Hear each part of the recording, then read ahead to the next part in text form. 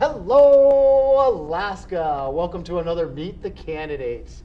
I'd like to first give a big shout out to the Matsu Family Restaurant here where we are doing our interviews. If it wasn't for them, we probably wouldn't be having a great and wonderful place to be able to have these every single day.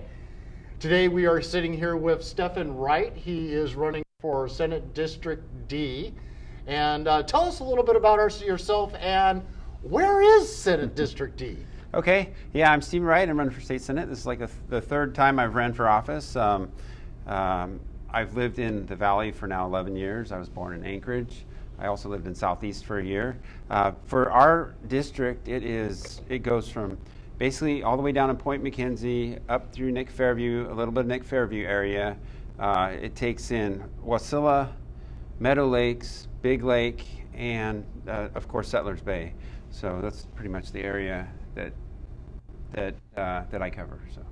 So for Alaska, that's a pretty darn large area. It is big.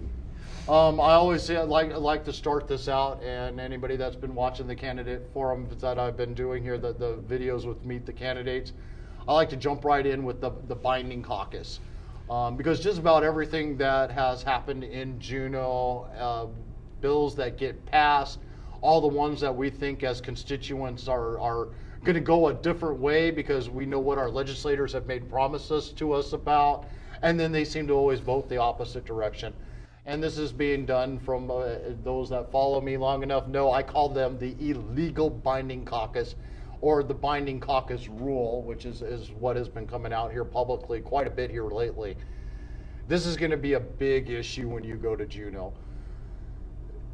The binding caucus is basically, I'm going to ask you a simple question here. I am going to give you everything you have ever dreamed of. I am going to hand you the primest choices committees, give you that front row parking spot downstairs. You name how many people you want on your staff, they're yours. But for the next 2 years that you're in office, the next legislative section, number 32, I want you to, on particular bills, to vote yes. To be a part of this caucus, you'll get all these nice perks, but when it comes to these certain bills, you're going to be a yes vote.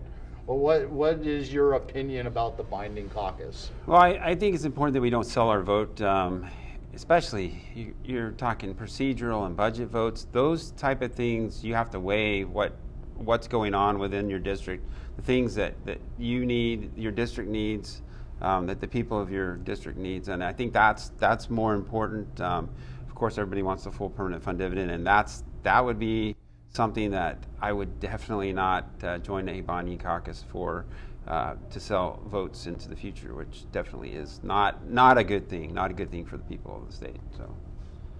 Good example of what happens with the binding caucus is we have the Senate, the House this year, they passed their budget bill for HB 205. They passed it without a permanent fund dividend even being in it. They gave it over to the Senate. They said basically, we're going to let the Senate decide what they're going to do for the permanent fund dividend this year. The Senate came back, they argued back and forth. They passed $1,000, what they call $1,000 stimulus, which was just returning what they had taken from us last year. And then the $1,000 PFD for the what they call the statutory PFD, the $1,000, which was not statutory. Statutory would have been a full $3,000 permanent fund dividend. What happened was the Senate passed this, and then the House and the Senate joined together. Basically, around 12 people went into a room. They hashed out the details of what the final bill was going to look like that you all will have to vote on, both the House and the Senate jointly. And they stripped that stimulus right back out of there. In fact, they even tried to strip the extra $1,000 that they had left of the $3,000 of our statutory PFD, but that was thwarted. And that was more of a political suicide is the reason why that was still in there if they had not passed that. When it went into that room, the binding caucus, out of those 12 people, we have basically 7 people in that room that are all a part of this binding caucus that have an agenda that they've been handed, and they were told to completely remove that out of there. Senator Natasha von Imhoff was also in this room at the time.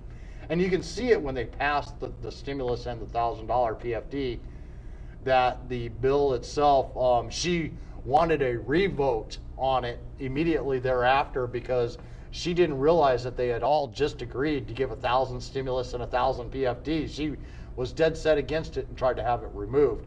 Well, she got her chance. As soon as they got it into that private room, that's when the binding caucus rule stepped into play. That's when their votes that they sold has to match the agenda that ends up getting passed. So it got stripped out, and you hear when they all were sitting and doing their speeches of why or why not they're going to vote for the bill. You can hear legislators that had made their promise to us constituents that I really want to do this. This is the worst thing that could possibly ever happen. I don't understand why they stripped it out. We need to put that back in there right now. But when they voted, they were a yes vote to keep it out of the permanent fund dividend. You're going to face this when you go in there. As a Republican Party, we are pretty much a Democrat-controlled legislation where the Republicans do hold the majority there, but the Democrats are the ones that are setting the agenda. The Democrats are the ones that are in control of the agenda, and several of the Republican Party rhinos moved over into the Democrat Party to be able to give them the controlling vote. In fact, if you even look at their past voting records and who they were declared as originally, they are originally Democrats that became Republicans. That was the only way they could get voted in the first place. Yeah. So if the Republican Party, say, actually gains control, like we were expecting to happen when Governor Dunleavy got voted in, but the Republicans are in control instead of the Democrats, do you still feel the same way about the binding caucus? I mean, yeah, you're going to be in control at that point. Definitely do. The reason being is that even though you're in control, if you look at all other state legislatures, all 49 states, Mike Shower did a great review of all this, and it shows that definitely these are illegal quid pro quo activities that are really not beneficial to the people of the state of Alaska. We want to know exactly when the votes are happening. We don't want a pregame. We don't want post-game in this case where they went in and pulled out and changed things. We want to know what our legislatures are voting for. We don't want to have them controlled per se by this binding agreement, which basically limits their power and gives power to the few that are in charge of the legislature. So in this case, the rhinos like Natasha von Imhoff, Kathy Easel, and Bert Stedman. Those are just three to name a few. And of course, David Wilson worked closely with them in several different committees. So definitely I would be a no on the binding caucus. Well, the last person named there, David Wilson, he's definitely voted against his constituents' voices out there. He's in a very, very, very conservative district, and he has been lockstep voting yes on just about everything. Just so you're aware of his voting record, it's really amazing considering I know the people he represents and what they have had to say. I mean, the other legislator that is in the House and not in the Senate follows to the T what his constituents have asked him to do pretty much versus how he has voted in there. We'll kind of skip out away from that there, and let's go into several of the other things that are going on. We've got our statutory PFD laws that are there on the books, and it says that it's built off of a 5-year average of the earnings that have been generated through the fund, and our dividend is calculated off of that 5-year average. The statutory PFD has been there for the last 40 years, last 4 decades basically. And then in steps Governor Walker, and using a unilateral decision and basically an executive order, he took away our first PFD. That first PFD got challenged, and our legislators could have voted and stopped that from happening. But we had certain legislators like John Coghill, who stepped up to the plate and says, I am not going to be voting for this. I am a no. And because he's one of those that was in control of the binding caucus rule, the illegal binding caucus, those that had signed that agreement had to vote no also. So when they had their chance to veto override what the governor had done, they were in lockstep with the binding caucus itself and voted to go ahead and let them steal that very first PFD. Since then, they've passed another law called SB 26. And SB 26 is the POMV draw that they have taken, the extra 5% of the earnings reserve. And it runs in direct competition with the statutory PFD law. The statutory PFD law is still on the books. It's never been changed. It's still law. They are technically supposed to be following the law, so that would mean following the formula that is in the statutory PFD. But when they wrote SB 26, they put this kind of unknown cap on what they're going to spend using our earnings reserves money and what they get for taxes, and combine those two together, and whatever is left over, this is where our PFD comes from. So when they're already not even in session, they don't even know how much the PFD is supposed to be that year, and because of this self-imposed cap, they're saying it's never going to be higher than $1,000. You're going to be going into office. This is going to be one of those bills that you're going to have to live with the law that they have there. What do you think of SB 26? What might you do? Just fill me in on what, if you're voted in, what are we going to expect? One of the first bills I will file is a repeal of SB 26, and the reason why I say that is because they virtually half the dividend, knowingly that the fund has been earning 10%. They used a 5% arbitrary amount to basically cap it, like you said. And essentially what this is doing is letting them, now that the PFD has become a political football or budgetary item, they're able to now basically set the amount, which is completely wrong the way they're doing it. Like, for example, this year we should have, based on the rolling 5-year average, should have had a $3,000 dividend.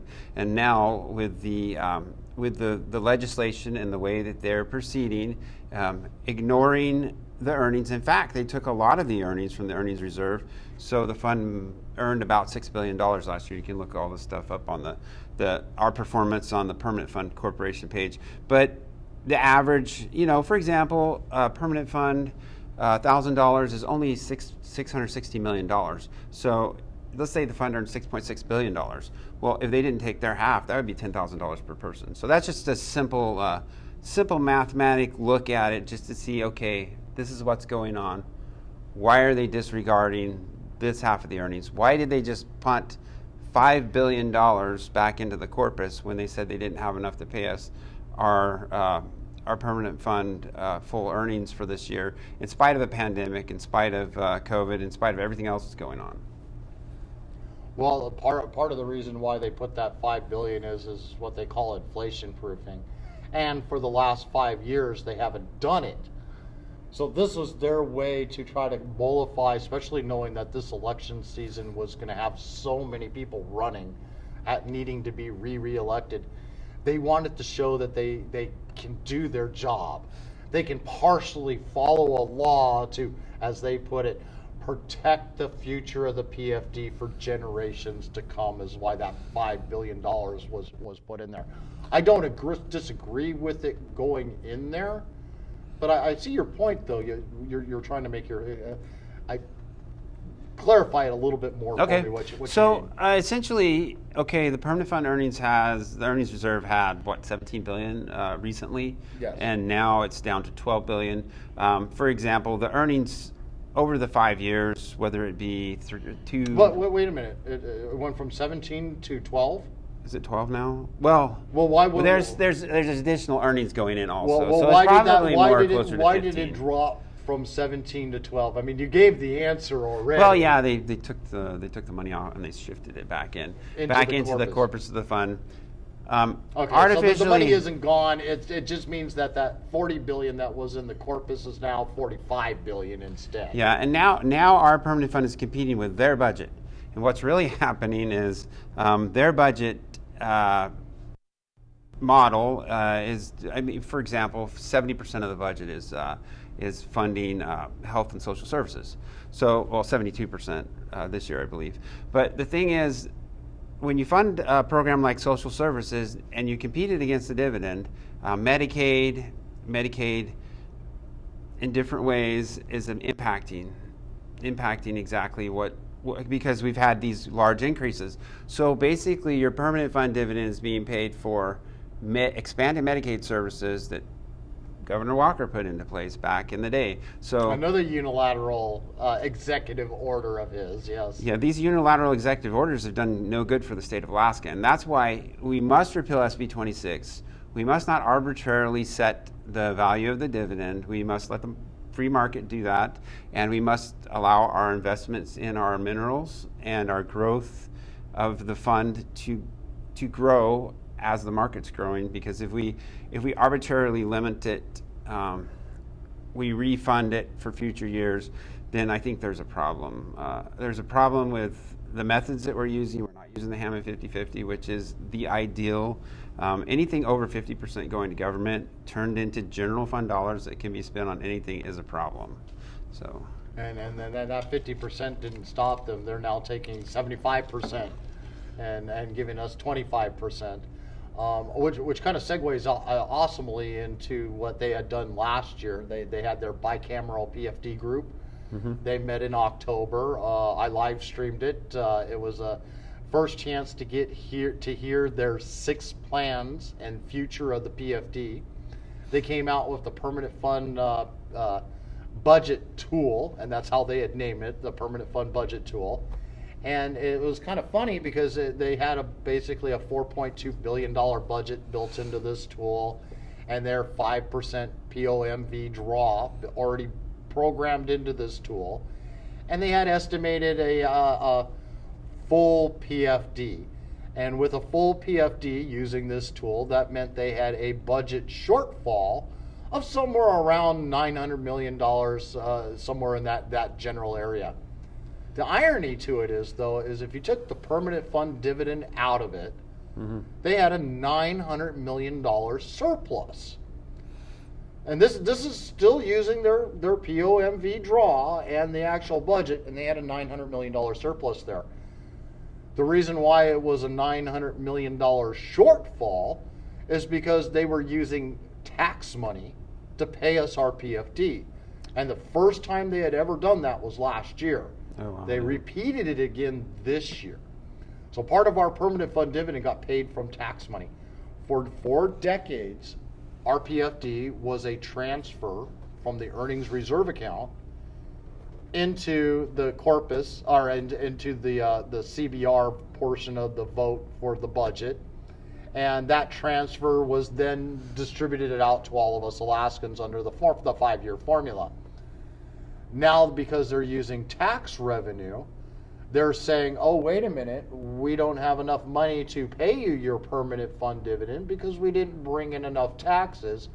Ignore that $65 billion fund sitting over here. And its earnings. And its earnings, because we no longer consider that as a transfer from that account to pay it. We're using taxes instead. Again, this goes right back into SB 26.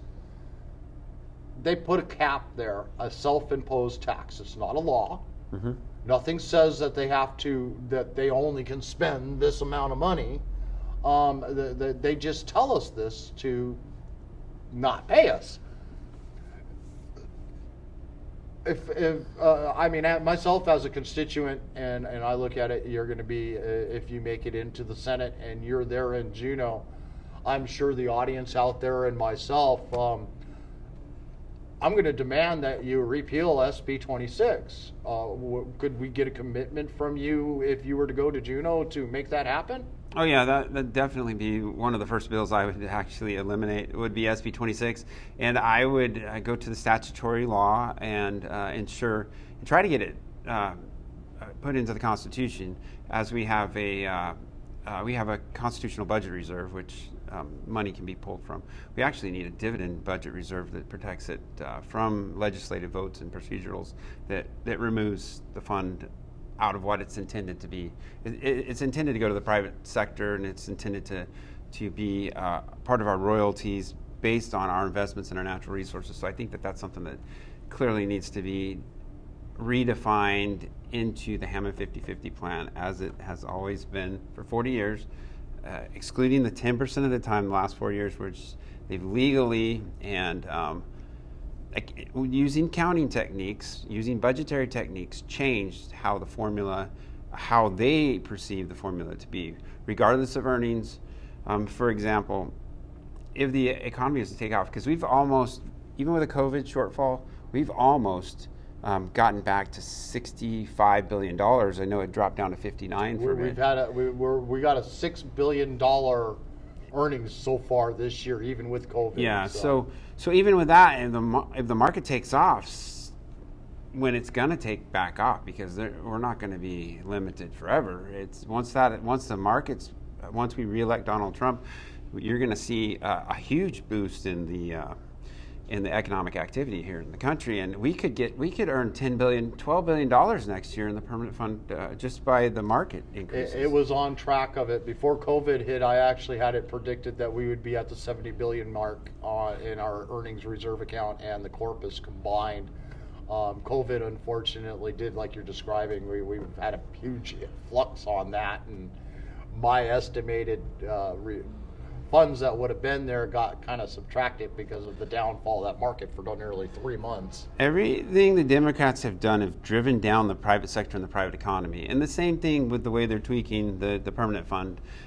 It's really it's a tax. It's more than a tax. It's taxing every person, even those that don't work. I mean, our children, so on and so forth. So, I mean, this is definitely something that has to be repealed. It has to be removed. And anybody that voted on it, like my opponent voted 8 out of 12 times to push it through, and he definitely, it's something that has to be removed. I know you can hear people say that they're against things, but when they actually need to put forth legislation to get this removed. So, and the last 2 years alone, one of the person that you're trying to unseat this year voted to go ahead and turn our money, our PFDs, into get paid by tax revenue. He was a yes vote. Yeah. So even good old Bill Wielkowski, the champion of the permanent fund dividend, last year voted yes to turn, for the very first time ever, to use tax revenue to pay our permanent fund dividend. Yeah. He was a no vote this year, but when it really counted, and then just like with your opponent that you have this year, when it really counted, it's always been against what the constituents have asked them to do, which is a real shame, because that what makes me nervous is, and with all the candidates like you that are going on into office, we always hear these promises of what we're going to do, but when they get there, we always hear, it's not quite what I thought it was. That's not how things work. The principles that I went and got elected on are not going to work, because I'll never get anything done, because they'll never let me get anything done unless I follow the agenda.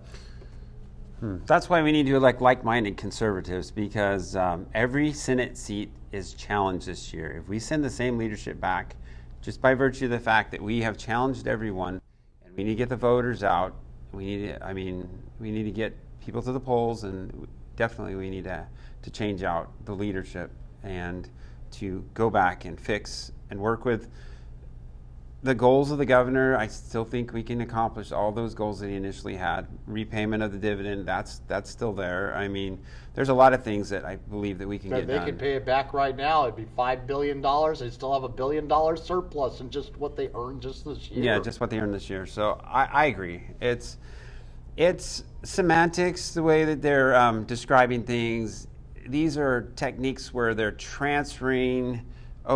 It's kind of like the game where you have the ball and you hide the ball type thing. The shell game? It's a shell game. So basically, it's a shell game. And the whole time the ball was palmed in their hand and never underneath those nuts anyways. Yeah, and it's something that we really need to have happen to not only boost our economy, considering everything that's going on here in the state. We definitely need an economic boost. And for them to not even consider giving us our full dividend, in spite of this pandemic and all the other restrictions that the government's placed on the private sector, it's time for us as private citizens get out, show our vote, show the voice of the people and vote, not this 30% normal vote that we get in the primary. We want 40, 50, 60, 70%. That would be that would be very good. But yeah, we need to break away from the super voters, which are there every single year, and bring in those young voices. Yeah, my own demographics that I have that follow this page, that they fall in the category of 30 years old up to 65 is the main peak area, and then from 65 up, they're there, but that age group is really not on Facebook. Mm-hmm. But the younger demographics from 30 years younger, they're not following me. They're also not following the Democrats. So it's not that they're not out there, that they don't vote. They just don't care to watch. Most of them don't even know there was an election. They don't even know that the primaries are on the 18th of August. It'll be a news shock when it gets announced that it's time to vote again, and they're going, well, I didn't even know we were having an election.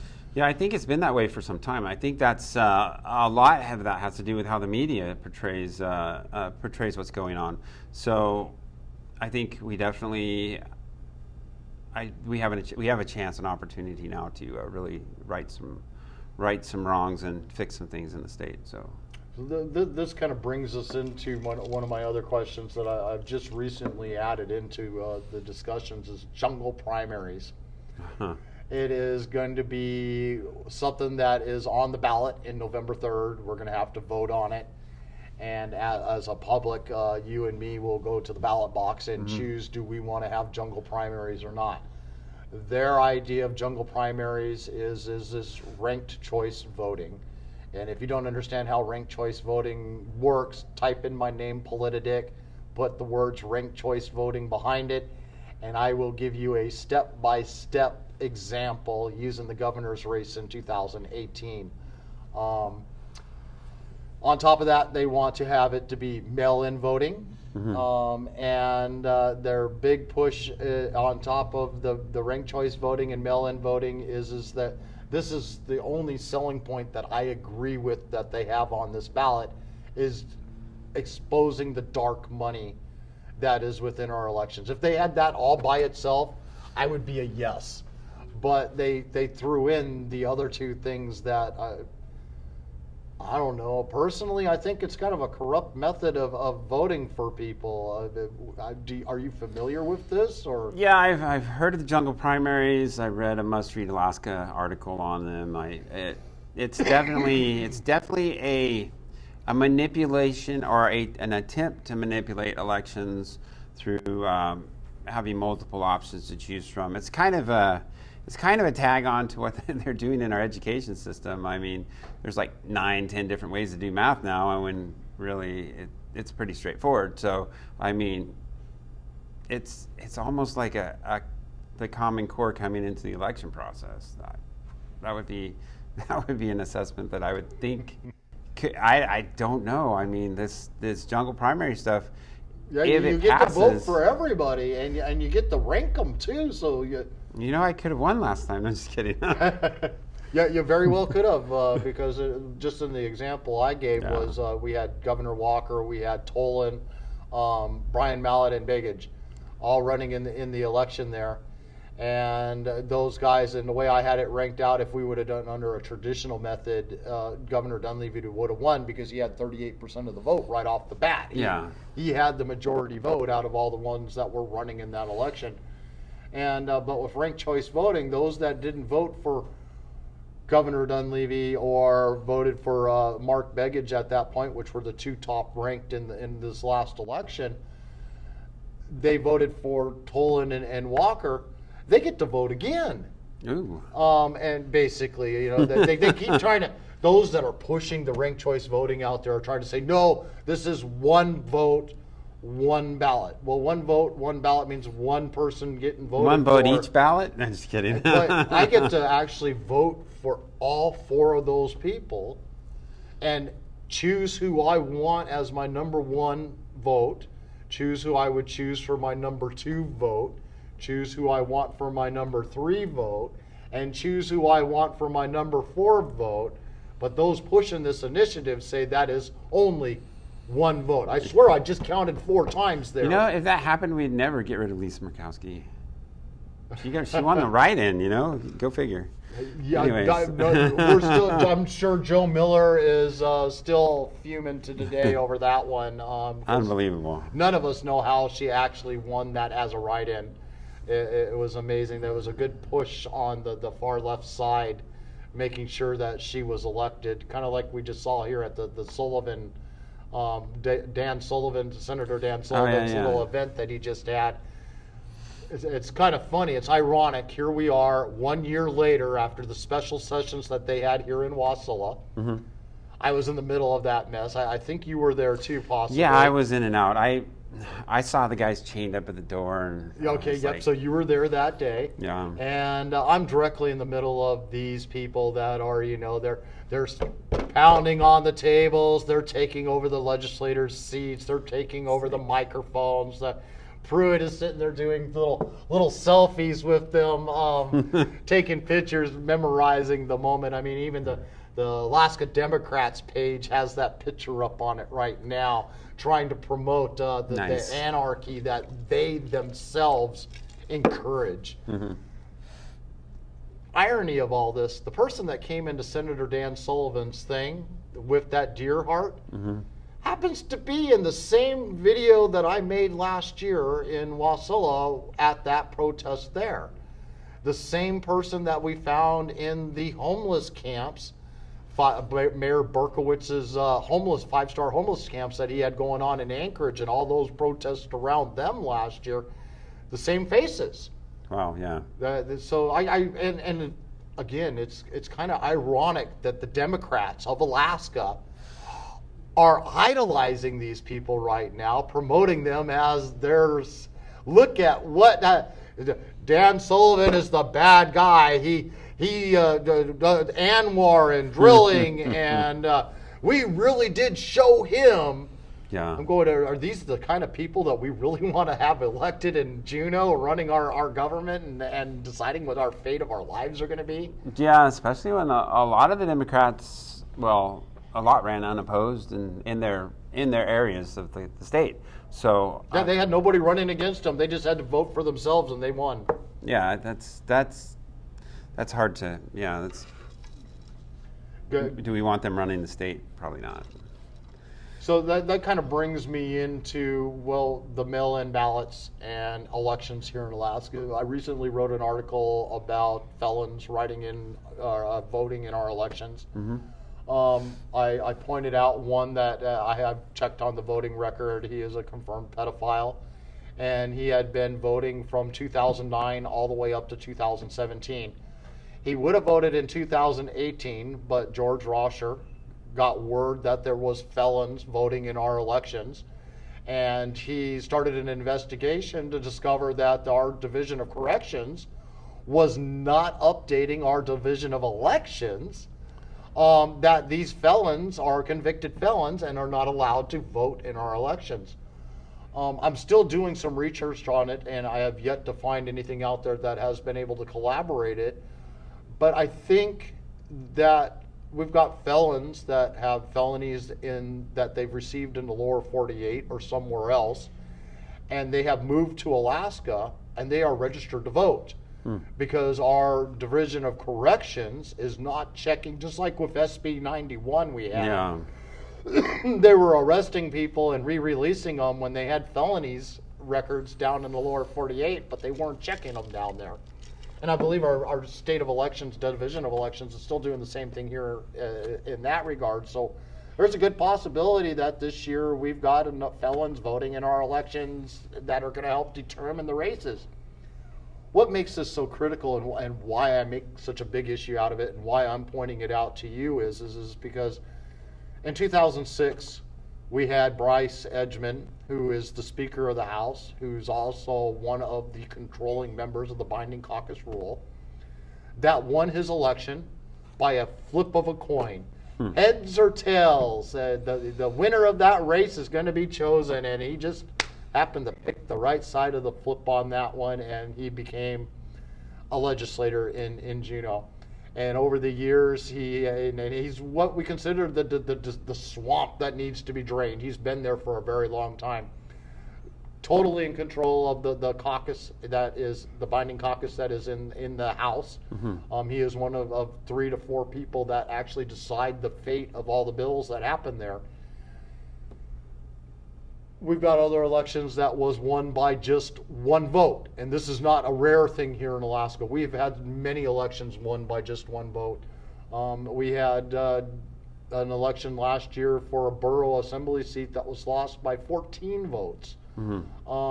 We demanded a recount. They said, oh, well, we're just going to rerun the ballots through the electronic. It goes, no, I want a hand recount. Our election officials refused to let that happen. So we got the jungle primaries. We've got all this knowledge. We hear about ballot harvesting. We keep being told, oh, it's not real. It doesn't really happen. But we just had several elections that we've seen. There's criminal charges being pressed right now because they discovered a ballot fraud. Gabrielle LeDukes. Yeah. Here locally. Same thing. She's been accused of ballot harvesting in the Hmong territory. We had like 20 people all living in a mobile home that could barely fit maybe 5, 10 if they were willing to go shoulder to shoulder while inside of this mobile home. But 20-some votes came out of it from this one house all through absentee ballot. And they want to push this as a normal rule here in Alaska that everybody votes that way. So just to be aware and the public aware, I mean, this has not so much to do with you and your current election that you're running for, but it's going to be the future of our elections here in Alaska. And I really hope that you all out there are paying attention because I can't drown this home enough. I take enough time of your time just to explain it so that we're all on the same page of what we're facing there. Yeah, I'm definitely against it. You can outvote corruption. The last day to register for this cycle is the 17th, I believe, of July. If you want to vote in this, if you're new to the valley or whatever, if you live in any of those areas and you want to let your voice be heard. I usually tell people, even in some primary elections as low as 9%. We've had elections that only 9% of the people turned out to. So I think that it's important that people know that their vote could be you could overcome this corruption through voting, and your vote could be worth 10 times that of the people the normal turn. Or if only 10% show up, your vote's worth 10 votes. So I mean that's an important factor, I believe. Now, you bring up a good point there. Your vote does count. Yeah, it does. I mean, one person in the election with Bryce Hedgeman in it, all it would have took was one of you to get up off of your chair and gone and voted. Save the and dividend. He wouldn't have been, and we wouldn't have this PFD problem that we're in the middle of right now. Nope. It could not even have been an issue to begin with. It's just absolutely amazing that's how it works out. Let's move on to the permanent fund dividend. Okay. The House has 3 bills out there. We got HCR 13, which is a concurrent rule that they're trying to push. That is basically an unwritten rule, but a written rule that will put it into the Constitution. This HR 13 is based off of 2 different bills that they created. We've touched upon one of them already.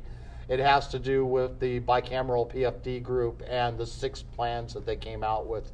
So we got HB 306. HB 306 is those 6 plans that they wrote up last year in October. They sat down and discussed it. They had taken a mass testimony from us, the general public. We were all 1,000% against it, just like we've always been when we testify. Anything to do with the PFD, we're always against it, but that doesn't seem to be the narrative that ends up happening. Then they had another testimony given, and they combined both HB 300 and H3 306 and says, we're going to discuss these 2 different bills. And they took testimony on them as one group. So we all testified, again, overwhelming testimony on the bills, demanding that it stop. But they continue to keep pushing it. They ended up voting on this bill, which is now HB 300. They're going to probably, for the new session, change the name of it again or the bill title. But HB 300 is what it is currently. Reason why I bring up the differences between 306 and 300, to get a real understanding of what's inside of these bills, you got to watch the videos of them in Gavel when they were in Juneau, of what they were discussing in both sides to truly get a big picture of what they got going on. This all has to do with making sure that the permanent fund dividend is paid for using state taxes. Not a transfer of the ERA like it's been for decades over to pay us our dividend, but to use state taxes. Another subtle change away from the traditional. Correct. Yeah. So you got SB 26, you got HB 300, HB 306, and HCR 13. Boy, do I keep throwing the numbers out at you. Wow. So all of these things, and today is going to be the first time for those that are watching, I'm going to point out a lot of my questions you're going to notice are themed around our permanent fund dividend. Yeah. And it based upon, because that's how they're paying the budget, is using our PFD to pay the budget. Instead of reducing the budget, making cuts to the budget, they're using our permanent fund dividend to pay for it. Yeah. No matter how high they raise it. Which kind of is a good segue into another one of our bills out there. SB 104. 104, okay. This is capping the budget. Currently under this budget bill, they want to cap the budget at, say, $6 billion, and they want to make sure that our permanent fund dividend that we get paid is underneath this cap, along with the state and capital budget. Thus taking it down from the 5%, which is earning 10%, to 5% to even less. Yes. Okay. So they say we have like a $4.8 billion budget this year. We're just going to be a good guy and say it's at $5 billion. And so at $5 billion budget, we've got $1 billion left over under this new cap. That's how they're going to pay us our permanent fund dividend. We're supposed to get $3,000 this year, but they only have $1 billion. There's no way that they could cut us a $3,000 check. They have only with what they have budgeted left. for us $1 billion. Correct. Yeah. But then they come back and say, well, we need $200 million more for Medicaid. health and social services. Yes, Medicaid. For So now needed they're services, which they could actually get from the federal government because it's actually fully funded. We'll get into Yeah. that for you. I know where you want to go with this. We'll get there. So we're now at $5.2 billion for the budget, and so now we only got $800 million for the PFD. Now they say K through 12 and the university, we want more money for them. We're going to add another $150 million combined for the two. So now we're sitting at only $650 million. We went from $1 billion to $650 million. And this is just in the first year.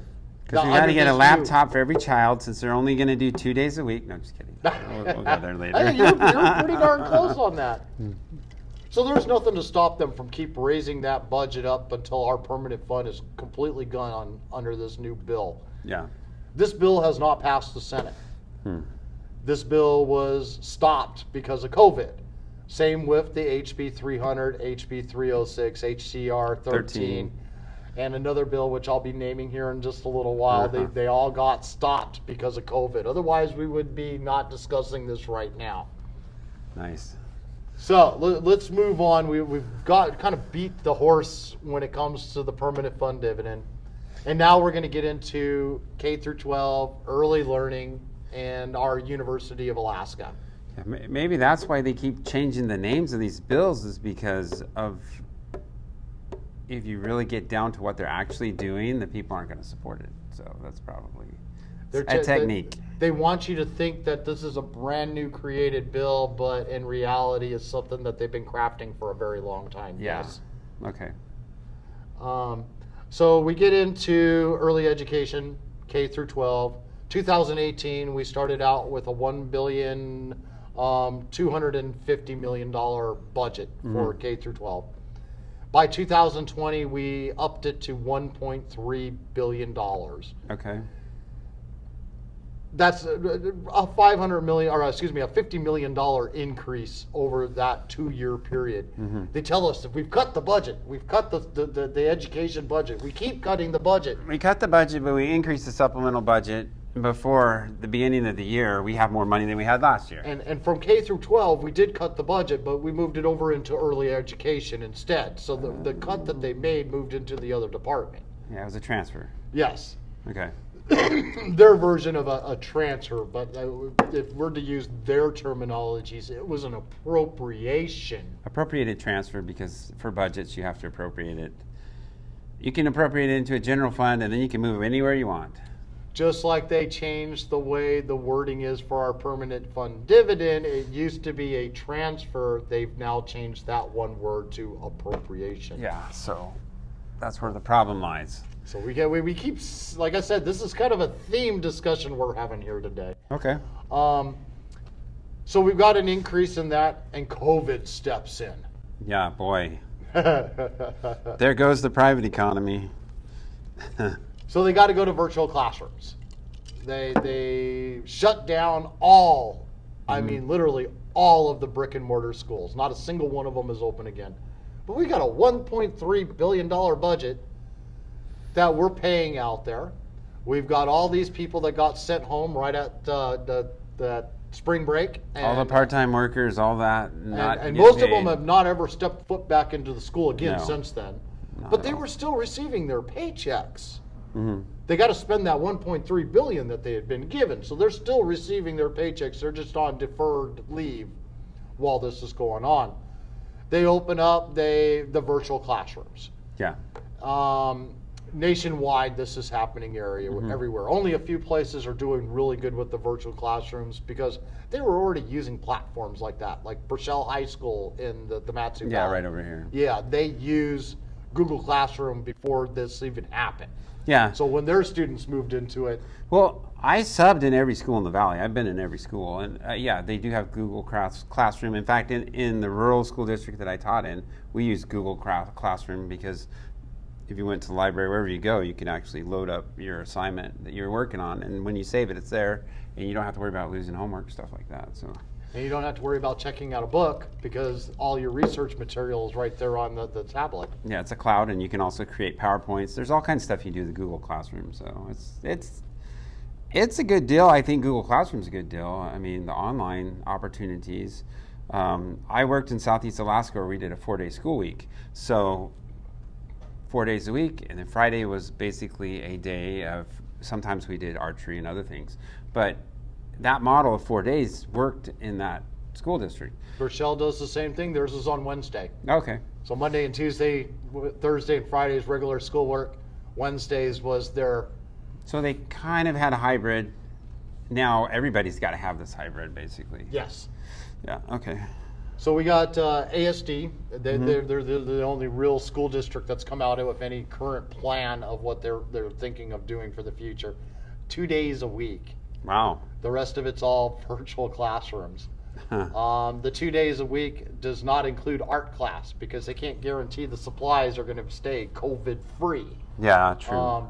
So I'm trying to figure out what these 2 days are for, other than to make sure that the budget that they get has butts in the seats. They've got to figure out a way to spend the money, of course. A refund would not be something they would want to do, even if they were able to cut their budget like 10%. I mean, they're only in class maybe 20% of the time, sounds like. Yep. So, yeah, it's interesting. And we need a working group of looking at that stuff. We do. And as an education, being in the field yourself, you've got a pretty good knowledge out there of what's going on. We got 54 school districts that run 503 schools here in the state of Alaska.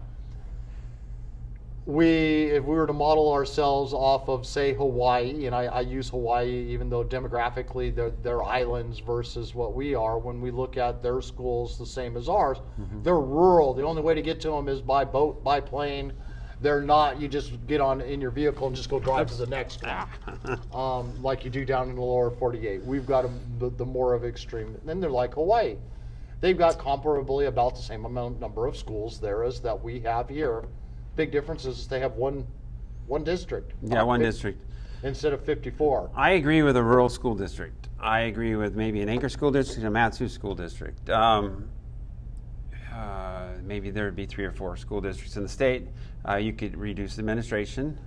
You could streamline a lot of things. If you have a big rural school district that's used in a lot of video conferences, like our high schoolers, in Southeast Alaska had a lot of online courses, so most of their stuff was done online anyways, because that's how they got their education done, was mostly online. So I love that you bring that up. Yeah. High schoolers. Mm-hmm. ASD is the only district that came out with anything that local media anyways covered, and they were trying to really was play it APAC classes? The APAC? No, this is just all of ASD all of combined. ASD, okay.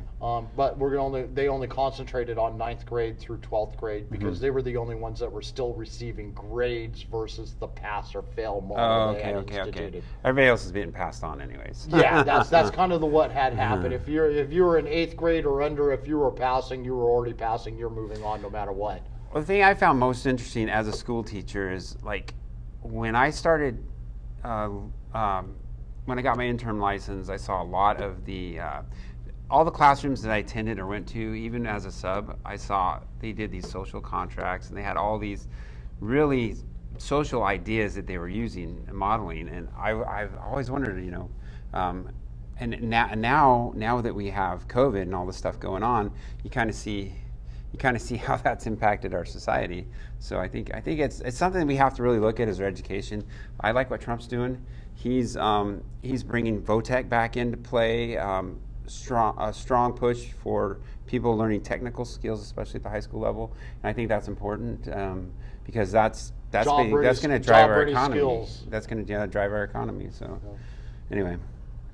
Well, the reason why I bring up ASD and their one study is they had a really remarkable point that I like to make stick home. Mm-hmm. 12th graders graduating from high school, we had the highest graduation rate that we have seen in a decade. Wow. More high schoolers graduated than they have ever graduated before, and with better test scores than they had ever seen before. So these students, but they had a motivation.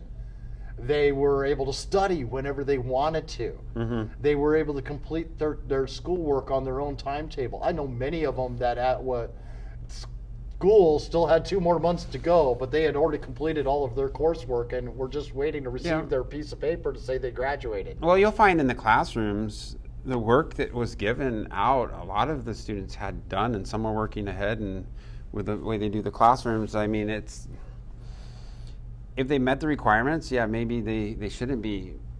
Maybe the senior year is going to eventually be shorter because they can knock it out on their own time, I know myself, even though none of this stuff existed when I went to school, my senior year, I went for 2 classes, and that was for the second semester, just so I met the requirements that I had to have for my English and my math. And once I had those 2 classes done, or it was English and history, and just so I had those 2 courses done, that was the only reason why I had to go to school my senior year. I already had my required credits because I had done all the work prior to that. Yeah, my youngest son was with the COVID class, COVID 2020. He basically, met with his counselors and dropped 2 or 3 classes because they said they didn't need him anymore because they were dropping that requirement. So he graduated with very little effort other than a couple classes that he finished up. So for him, it was a pretty good thing. And I know he didn't like the fact that he wasn't able to walk or do this other stuff. So it does have a big impact. So, well, my kid was the worst thing she was upset about was his art class. Yeah. Because that was one of her elective classes that she really enjoyed being in. Fortunately, she had an art teacher that took sympathy and built an art project basket that I was able to go and pick up from the school and take back home. And she made this beautiful mural from it. And it was absolutely amazing. But just like this year, like we were just talking about a minute ago, ASD, 2 days in school, and the art class is not one of the elective subjects you can take. Yep. Okay, that makes sense. Going back to the budget thing, a lot of the costs for these school districts are administrative. And then there's actually a lot of healthcare costs, especially in the rural school district. So they pooled their funds. They would have better healthcare access at a lower cost and less administration. I mean, literally, you could probably reassign those related duties, especially with probably more online classes happening. But I mean, that's just it. My take is there's some savings there. I mean, going up from, what was it, 1 point to 1.3 now? What was 1.3 billion. 1.3 billion. So there have been increases. I have the 2012 here. I was just looking at it because the last time that they actually did a pie chart, the legislative legal actually changed how they did their budget ideas. So I thought that was interesting. But I was just looking at the education and kind of what they spent on it. It was well, at the time, not exactly sure what it was then, but it was around $1 billion. So yeah, $300 million increase since 2012. Yeah, so and it was even less when I went to school, just for the cost of being able to do things. And so, and a lot of that has to do with the free health care, and the Obamacare, when it came in 2009, made all the cost of schooling astronomically jump, trying to cover all those brand new exploding healthcare costs that are out there. Yeah. That's another thing. Then thank you. You kind of just reminded me of something. We were given a $50 million a year federal grant. Mm-hmm. And I believe we were in our final year for that too, a federal grant that was to lower the healthcare costs for Obamacare. That is going to be over with here real shortly. So our healthcare costs that we pay for out of pocket are actually going to be going up here real shortly. So Alaskans, don't be surprised if you see your healthcare bill double almost overnight. And that's going to be a real reality we're going to have to face here, just kind of like the expansion that Governor Walker signed in. It was a 90-10 split. Yeah. We paid 10% as a state, and 90% was covered by the federal government. That also ends this year. I think it's 65-45 now, isn't it? Hasn't it been going up? Is that why? No, this is the year that starts to change. Nice. So it's in the budget for this year, basically. So what the federal government pays is going down. So instead of being 90% of it, they're only going to pay 85%. Wow. And us Alaskans are going to be responsible for 15% of that expansion bill instead of 10. So that cost of health care that we just named there, this year's budget is $3.2 billion. There's got to be a way to opt out of some of these expandable costs that are very elective and very not funded by other states. Because if you go to the Medicaid website for at the national level, they'll list what states allow for certain procedures. And a lot of times, sometimes we get people that come up to Alaska just for medical procedures, and they end up using our permanent fund dividend in a roundabout way for their medical tourism, and then they leave the state. So I'm going to segue into something we were discussing earlier there, healthcare. What if you were elected, what do you think you would want to try if you had an opportunity to present a bill and move it through the legislative process?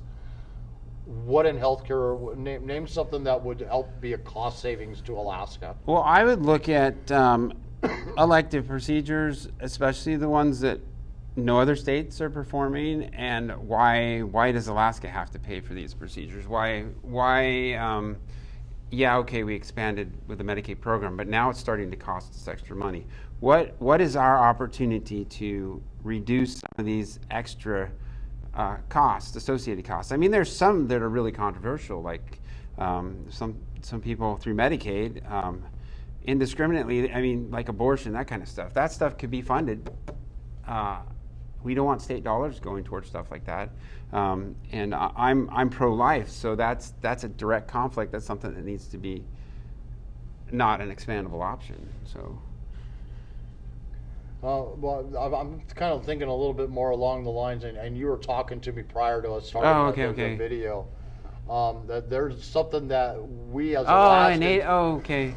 The native healthcare system, 40% of the native healthcare, which is fully federally funded, but in order to get the funding to work for the providers, the more efficient way for them to go is through using Medicaid. Instead of using the process to get the federal funds, they're going after the Medicaid dollars, which actually is costing the state quite a bit. So a lot of that, 40% of the Medicaid clients of Alaska are in native health. So I think. Wait, whoa. Yeah. So you're telling me 40% of Alaskans that are Alaskan native using Medicaid are Alaskan native? Yeah, it's right on the tribal health website. for Medicaid. So I did a simple search just to get those numbers. But wow, I mean, but we got a federally paid for. My child is an American Indian. yeah. And I always insist upon that her heritage to be where that money comes from. I'd be appalled to find out that Medicaid is. So you're saying basically Medicaid's getting paid first? That's where the way they're doing going it after it is Medicaid. Yeah, one of the ways they're going after it is through Medicaid. Through the healthcare providers. And one of the, like if you look on the website for, so where's your PFD going? Expanded Medicaid, and then also the Medicaid services that are being provided through the native clinics and things of that nature. It's easier for them to get, and following their goals is maximizing the reimbursement available to tribal providers. That's the goal on the Health and Social Service website. So instead of actually going to the federal government for these service reimbursements, they're able to get the money to the providers faster through using the Medicaid program. So that, and because of expanded Medicaid, our budget's gone up. It seems like about $800 million in the last few years. So that's basically where your permanent fund money is going. If we go from 2018 to where we currently are in 2021's budget, that's a 10% increase. Yeah. Increase in just those three years. It was 60% of the budget back in 2013, and today it's 72% of the budget. So according to the legislative majority finance page. Does that include inflation proofing, like they call it, or is that just... That's the incremental increases, whether it's inflation proofing or not. That's access. And is that just state funding there? That's not including federal? Number of persons, yeah, state funded. The number of persons. Okay, so that when you're giving those numbers there, that's only a small portion of what the total. The actual total is, and yeah, so that's something that I would look at. I would look at okay, we have access to care through other means, so the provider might have to wait a little longer, but the cost savings, the ability for us to pay full dividend is at play now that the permanent fund is a budgetary item. Created through SB 26, which is something that needs to be repealed. So I'd repeal SB 26. I would look closely at the native health, how they're getting their reimbursements to tribal providers, and I would look at that whole issue there. Just because if it's available, it's provided. If it's a timing thing, just takes longer to go through the federal government. Well, those avenues should still be explored. We shouldn't just allow our permanent fund dividends to pay for these budgetary items. And you're not wrong when you keep pointing out that it's our permanent fund dividend that's paying for these things, because that is where they're pulling the money from. Yeah, that's where it's ultimately coming from. So let's see, we've covered health and social services, basically what they've jumped through, how they're paying things. Mm-hmm. K through 12, university we kind of skipped over there. So let's talk about the university just for a second. In 2018, they had a $900 million budget. Governor Dunleavy had negotiated a deal to reduce their budget $75 million over 3 years. We're in year number 2 right now, so $50 million has been reduced from that original $900 million. They've got $25 more million to go if you're elected. Mm-hmm. That they got 1 more year of reducing $25 more million. And then they're in year number 4, which will be year number 2 for you being in office. Okay. In year number 2, they've got an $825 million budget, and the University of Alaska is going to come to you guys in Juneau with their lobbyists and their NEA Alaska and all these other groups that are out there, and they're going to come and knocking on your guys' door, spending our tax dollars to fly themselves into Juneau to demand that you increase their budget because they are not making enough to be able to provide what they call a quality education. They are ranked 46th in the nation for giving an education. They're right up there with our K through 12, worst in the nation for an education. Yeah. But they're going to come knocking on your door demanding more money. If I was these people coming in and lobbying you to increase my budget, Is there anything you would like to what you would say to them, or you would be Well, emphasizing, or? I am an alumnus. So I went to APU, I went to UAS. I had to transfer to UAA when I left Southeast. But I would basically say that you are a land-grant institution. You have the ability to develop resources. You have a lot of resources available. I would have them prioritize their resources, look at if they don't have all their lands, we could definitely work on that. But the thing is, the costs that we're seeing need to come down. Whether or not we have to maybe lease out some space at the schools or whatever it is that needs to happen. Education, the price of education is going to go up a little bit, but the thing is, we have an opportunity to actually curb the costs in a lot of different ways. So, well, if you break down the numbers of the number of students that are going to school compared to the actual budget, the actual budget they're paying for what they would pay for if they were going and getting a high Harvard education, an Ivy League schools education, but that's not what they're being charged. Yeah. They're not that if you as a student going to University of Alaska, you're getting charged maybe half of that. Yeah, or, true. Or 2/3 of that actual total cost, and the state's picking up the rest of the cost there, and the federal government's covering a little bit of that too. Yeah. Well, I think there's a lot that can be looked at there. There are some programs that need to be looked at as well. We need to incentivize the programs that actually work, that follow the mission of the charter, that for the state of Alaska, developing our resources, the emphasis there. Because when we develop our resources, we all win. Even the permanent fund dividend wins. The private sector wins. So we need to have more wins in the private sector, and our education system should be providing that avenue and opportunity. So. And I'm going to put it out here bluntly, and I feel sorry for you guys in Juneau. There'll be a bunch of lobbyists, I'm sure. I mean, what you're going to be, the whole idea is that we know the budget is bloated. We know there's lots and lots of areas that the budget can be cut. And as we've seen what happened to Governor Dunleavy, the minute he cut the budget, here came that group, Recall Dunleavy, being paid for and supported by Alaska AFL, CIO, our unions. Here came NEL Alaska supporting them. Here came SERI, the native corporations. Yeah. Ramsonson Foundation jumped in. Planned Parenthood jumped in on it. They're all sending their money to recall our governor because he tried to cut the same budgets we're talking about cutting here. Well, ultimately, you're going to need 21 votes.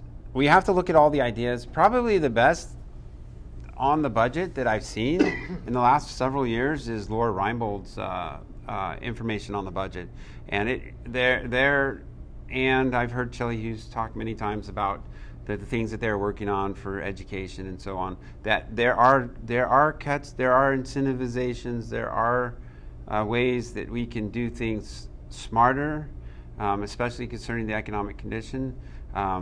Of course, I know Shelley Hughes has been pushing the virtual classrooms as long as I've been following her. Yeah, I mean that's a very good avenue. I mean, with the free use of things like Google Classroom and stuff like that, anybody can have a Google Classroom account. So there are a lot of opportunities there that even at the university level. I mean, when you do a lot of the university classes, you have a midterm, a term paper, and a final. So, and it just depends on how they categorize your attendance, whether that's a part of your grade or how much a part of your grade or whatever that is. Well, it varies. If you're down in the lower 48, you'd be attending a class with say 1,000 people, and you'd be watching these big monitor screens up there because you're in the far back room and your professor's up in the very front. You can barely see him because he's just like this little ant that's standing there giving the lecture. Well, that's no different than sitting in front of a computer screen watching that exact same lecture. See, when I was in the military, all of my education I did, a lot of it was online. I was in some online courses that I took, and a lot of, even back in the day, even when the internet wasn't what it is today. I mean, we had classrooms, we had virtual classrooms, we had blackboards. Blackboards have evolved over time for the education process, and nowadays they're a lot better. I mean, you can even have a Zoom class. I mean, literally the technology is there, and I think technology is a big key to education. And utilizing that technology, and technologies can drive down costs. It just depends on where you're at. Well, thank God COVID-19 stepped in. It really forced everybody to step into the 21st century. Maybe we are going to have to look. Maybe we're going to have to take another look. I mean, and see what technology is going to do as far as cost savings. Could it cut our education costs in half? I don't know. $700 million. It might. I've crunched the numbers. $700 million to cut it in half. That's a good deal. Basically, the way the plan that I have been looking at and working on, discussed with sitting legislators and non, close 80% of the brick and mortar schools. That right there is the biggest overhead that we have out there when it comes to the cost of that $1.3 billion. Close them, but still utilize them. Some of them. Yeah. 20% of them will still be there. I mean, you can have people going there for online classes, like big libraries now. They're home schools now. Yeah, those that have kids that need daycare, they'll be more like a Head Start versus an actual school. A tech school, maybe even. Exactly. Parts of them. Those that have handicaps that would have an extremely hard time trying to learn in a virtual environment, that need that extra help. This would be a place for them to be able to continue to keep going, so that we can provide them the same quality education as everybody else. I mean, I don't care who you are, we all deserve a quality education. Yeah. But with that $700 million savings, here's the problem. They need daycare. This is what parents are screaming out there. I got no place to take my kids. I need to work. We're hearing that because of COVID right now. Yeah. I can't go to work and teach my kid at the same time. It doesn't work. It just doesn't work. I got no babysitters. I can't afford to pay for a babysitter. That's what my school was doing for me. Mm-hmm. Excuse me. So they get into the virtual classroom. So what's to stop us of that $700 million savings and reinvesting a good chunk of that right back into the school system again? Yeah. And I mean that as in free internet for every student that is going to school. So if we'll pretend this is a one-kid household, this one kid would have internet inside of that home. That costs basically, and I know from experience because I'm on the highest levels you could ever ask for, $100 a month to have that high-speed internet put into my home. But the person that I was interviewing yesterday, he has 7 kids. So there's 7 kids that need an education, but they only need one internet connection in the house to provide that same education to those 7 kids that my one had in mind. Okay. So I'm not, when I say free internet to everybody out there, it's only to the households to each individual household for the kids. So we got, say, 150,000 kids out there. Only 100,000 of them will need to have internet connected because the other 50,000 are siblings of all the other kids that are in there. Well, obviously you got to get 21 people on board with the idea. So I see grade schools actually being still more brick and mortar, but maybe a 4-day week versus and I see the upper level schools actually being more what you're saying. That's what I see, but I don't know. State laws, you're allowed to stay home at the age of 10 by yourself. Yeah. So they could, our own state laws consider your children responsible enough. And at the age of 12, you can babysit other kids. I think you have to look at it. I mean, there's all kinds of opportunities, I guess. What this has shown us is that we can do things we didn't think we could do before. So the wide open possibilities. I mean, just throw it right on. Their industry is probably chomping at the bit to make some money. Private sector ones, not public. All right, a couple of easy questions for you here. Gun rights. Okay. How do you feel about them? I'm for your Second Amendment rights. I support and defend the Constitution of the United States against all enemies, foreign and domestic, for 22 years as a U.S. veteran, and I strongly believe in your gun rights. Well, thank you for your service. Thank you. I have a very strong standing for anybody that has ever served out there. My dad was in the Vietnam War, and that's how I came into being here in Alaska, because that was his last tour. He came here, and I lost him due to the Agent Orange. And so he was taken very early in my life away from me. So on those special days, and I know that several people have seen me do it, I actually break down on those days because they mean so much to me, like on Veterans Day and Memorial Day. And to me, they have more meaning than what most people would understand, because I lost my dad because of it, protecting our freedoms and things like gun rights. And you see that on those days, the whole day. You see the respect that you get from all establishments, all the people. They'll thank you, and those days are good days for veterans. So they are. And another simple question for a conservative out there: the right to life or abortions? Life at conception, from conception to natural death, I fully support the Republican platform, which is pro-life, and I've always supported the pro-life stance. So it's definitely something I'm in support of. Taxes. Remember, I said earlier that I was going to bring up another bill. Okay. I'm full of numbers of bills. We got SB 115, motor fuel tax. And this is to double the taxes on the motor fuel that we currently pay right now. I believe it's roughly at 16 cents a gallon at the moment. It would double it to 32 cents a gallon. Wow. So this is more than the 10-cent gas that we saw in Anchorage. Yeah. Where here in the Valley, we're actually paying 12 cents a gallon less than what they are in Anchorage right at this moment. I've really changed my shopping habits to where I always make sure I pick up my gas before I get there. Yeah, I noticed the prices. When I do go on base, I get an extra discount because of my Star card, but that's the only place I really frequent when I get gas is on the base. So, but yeah, the Valley has the best price, so keep it up, Valley. Keep it up. Don't let it happen. But the reason why I bring up SB 115 is because it has passed through the Senate. So if you get voted in, it's out of your hands currently. Currently, yeah. But it is in the House's hands. They went back to the special sessions to pass the CARES Act. Okay. And I received a text message because I follow bills out there, and I keep very eye on certain different ones to make sure I'm notified whenever they're going to be going on the floor. So SB 115 was one of those that all of a sudden my phone went ding, and I looked down and said, "Oh crap!" They put the motor fuel tax onto the docket to be heard while they were there for the CARES Act.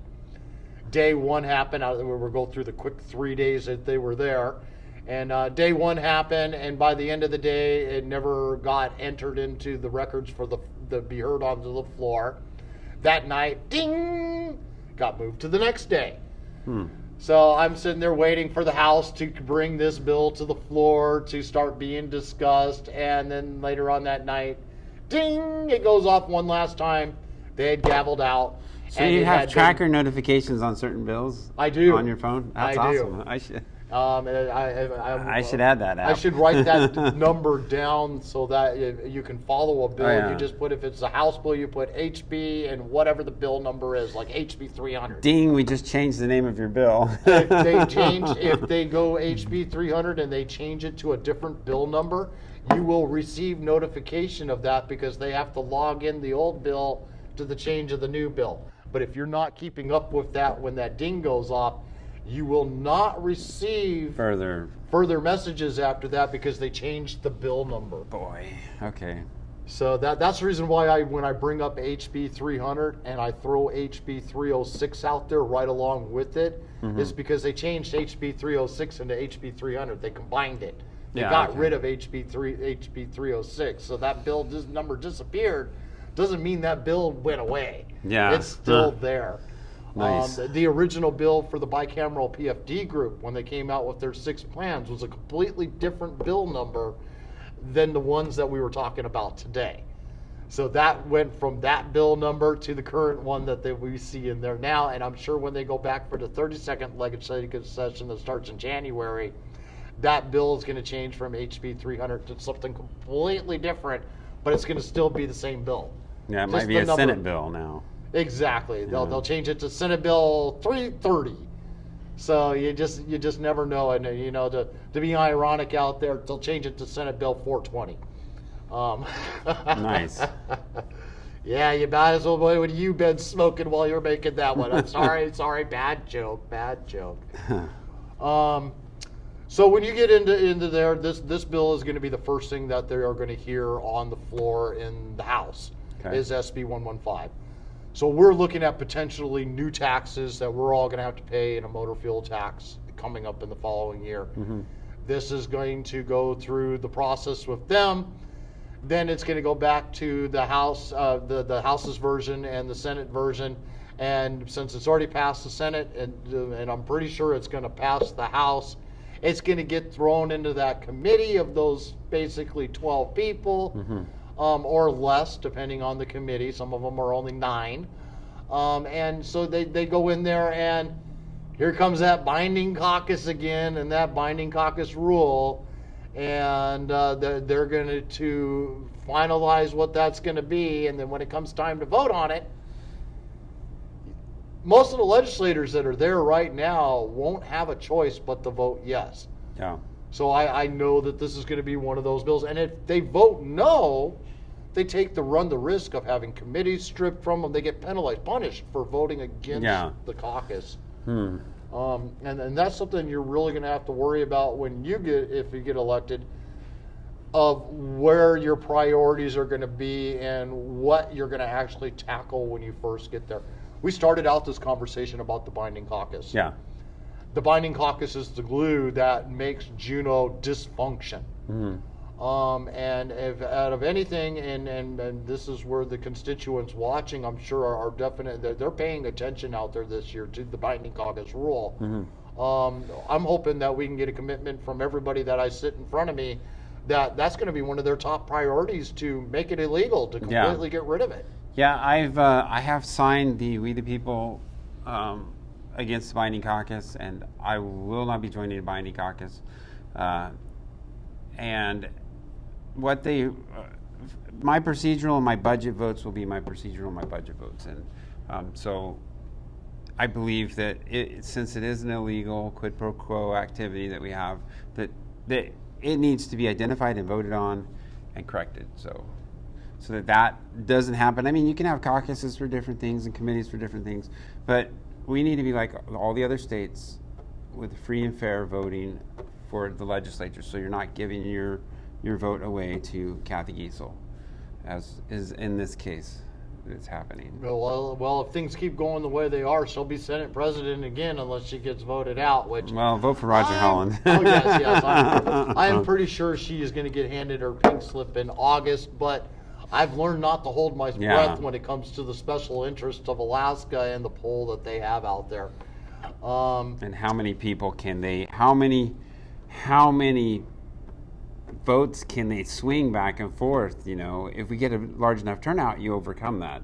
You can overcome even the illegal type of activities, because usually a small percent. It's not usually a large percent, but it's enough to.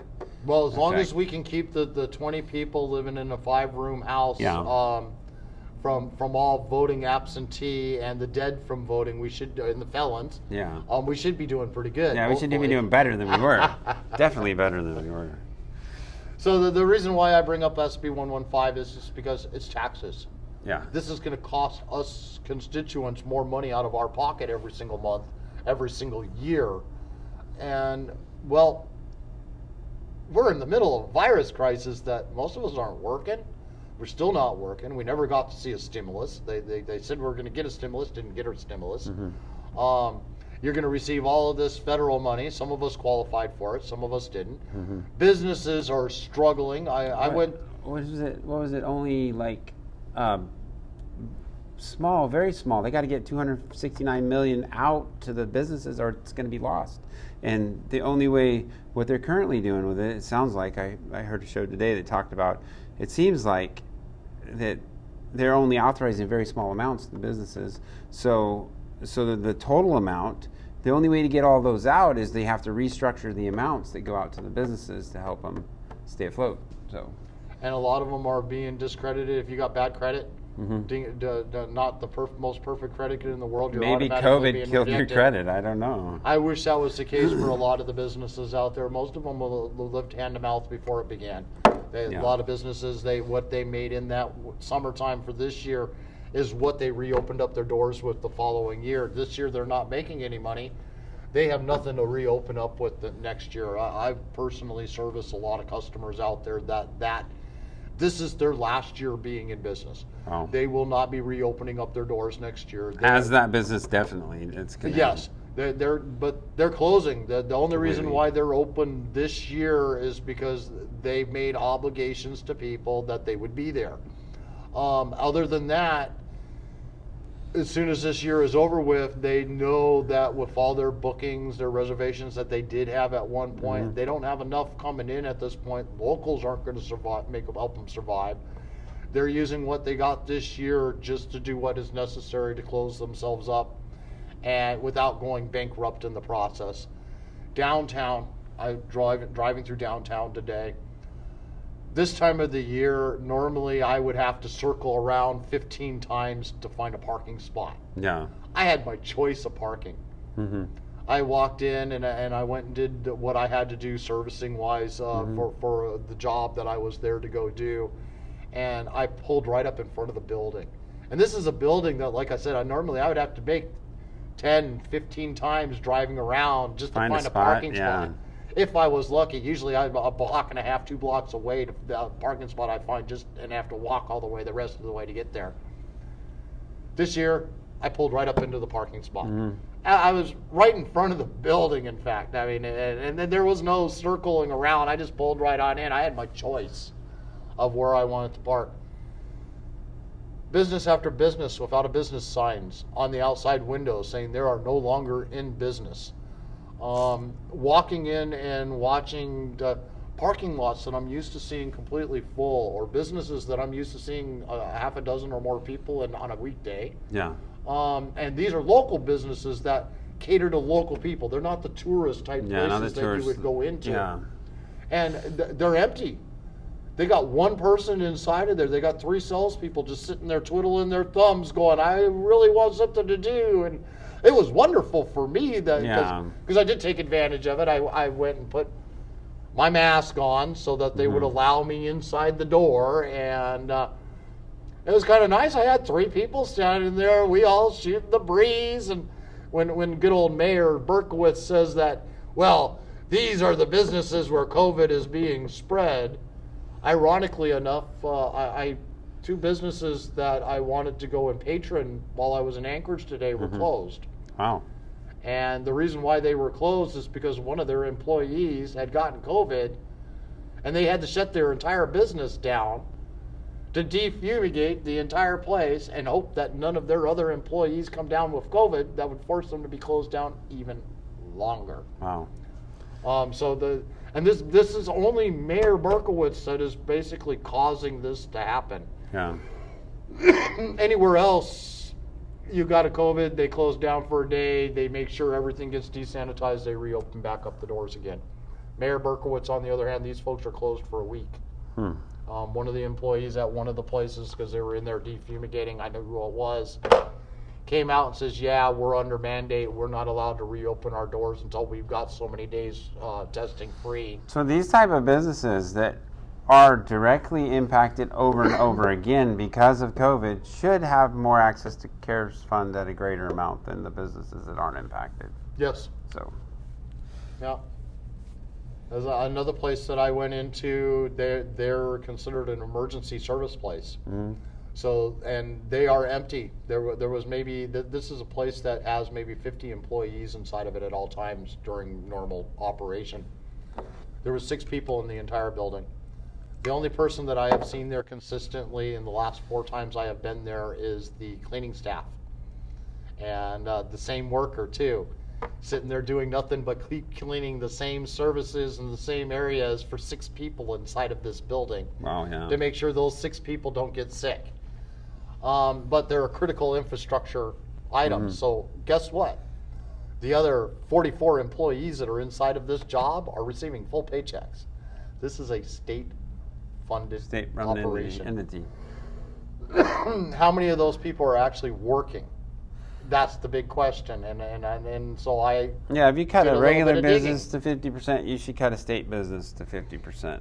Well, guess what? Out of those 50 people that are in there that were supposed to be working, only 30 of them are still doing work from home. Oh, wow. The other 20 are on leave, doing this, whatever they want to do, and they're receiving full paychecks to do whatever they want to do. Wow. Because they're critical infrastructure, so their pay did not get cut. They should get...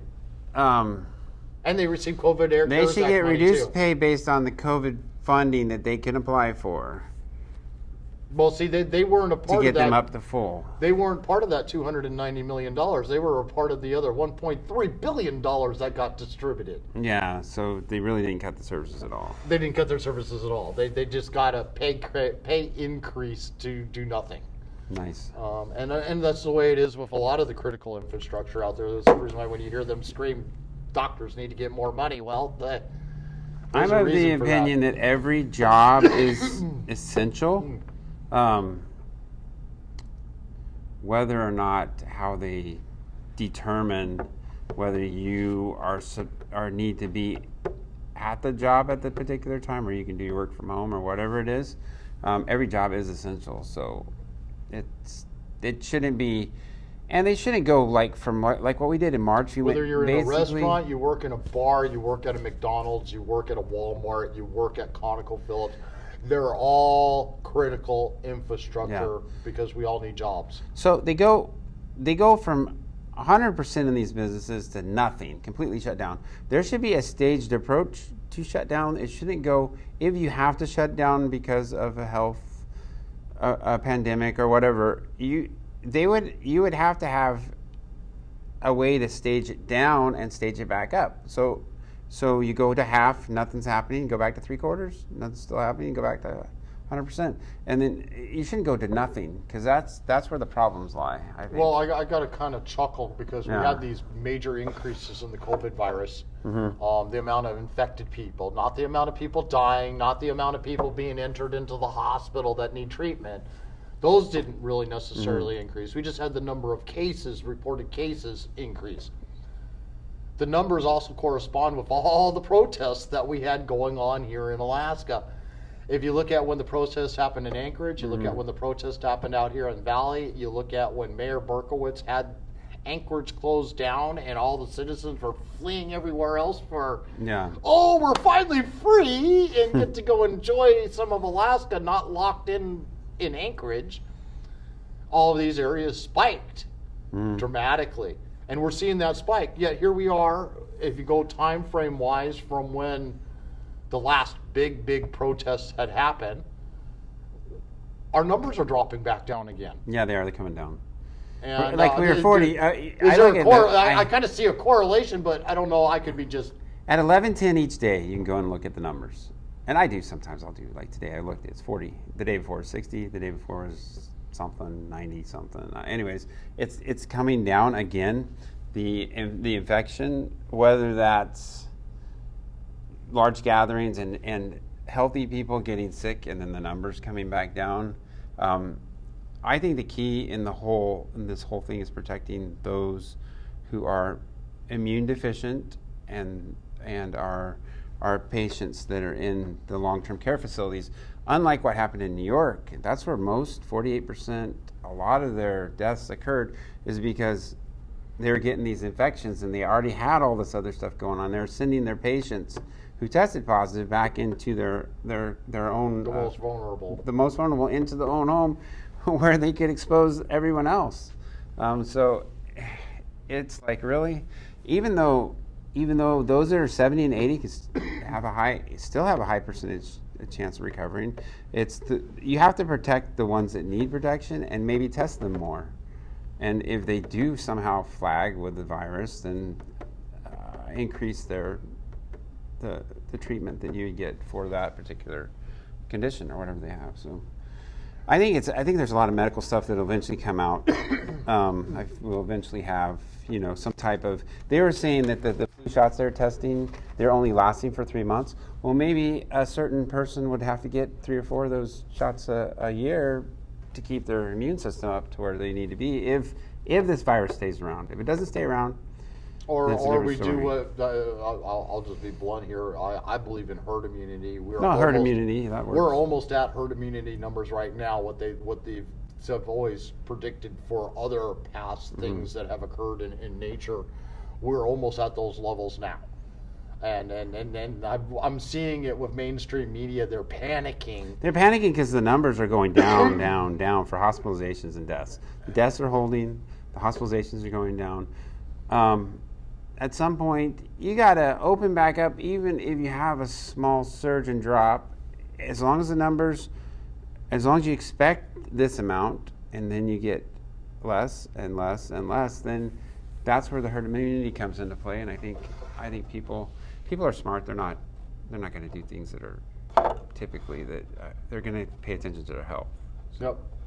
I mean, I go into places all the time that I automatically mask up, even though they don't have no sign on the outside of the door. Why? Because I know I'm walking into a facility that has critically what I consider somebody that is in danger of, if they get it, this could threaten their life. Yeah, true. And then there's other places that I go walking into. I care less if I wear a mask, because I know everybody that's in there is in an age and an environment that if they get it, the odds of them getting it is almost 0%. Yeah, or even the worst critical type of. Yeah, even knowing that. So it's something to pay attention to. There's a website I like to go to. It's called flattenthefear.com, and it actually has all these different stories. Okay, yeah, we have a spike here, but this is why, and blah blah blah, and it makes it more reasonable. Those 30-year-olds having their COVID parties, yeah, and throwing the money into the jar, and the first person to catch COVID wins all the money in the jar. Great. That's not something I want to do, but excuse me. So, did we cover criminal record? Oh, yeah. So I think we skipped over that, didn't we? Yeah. So what?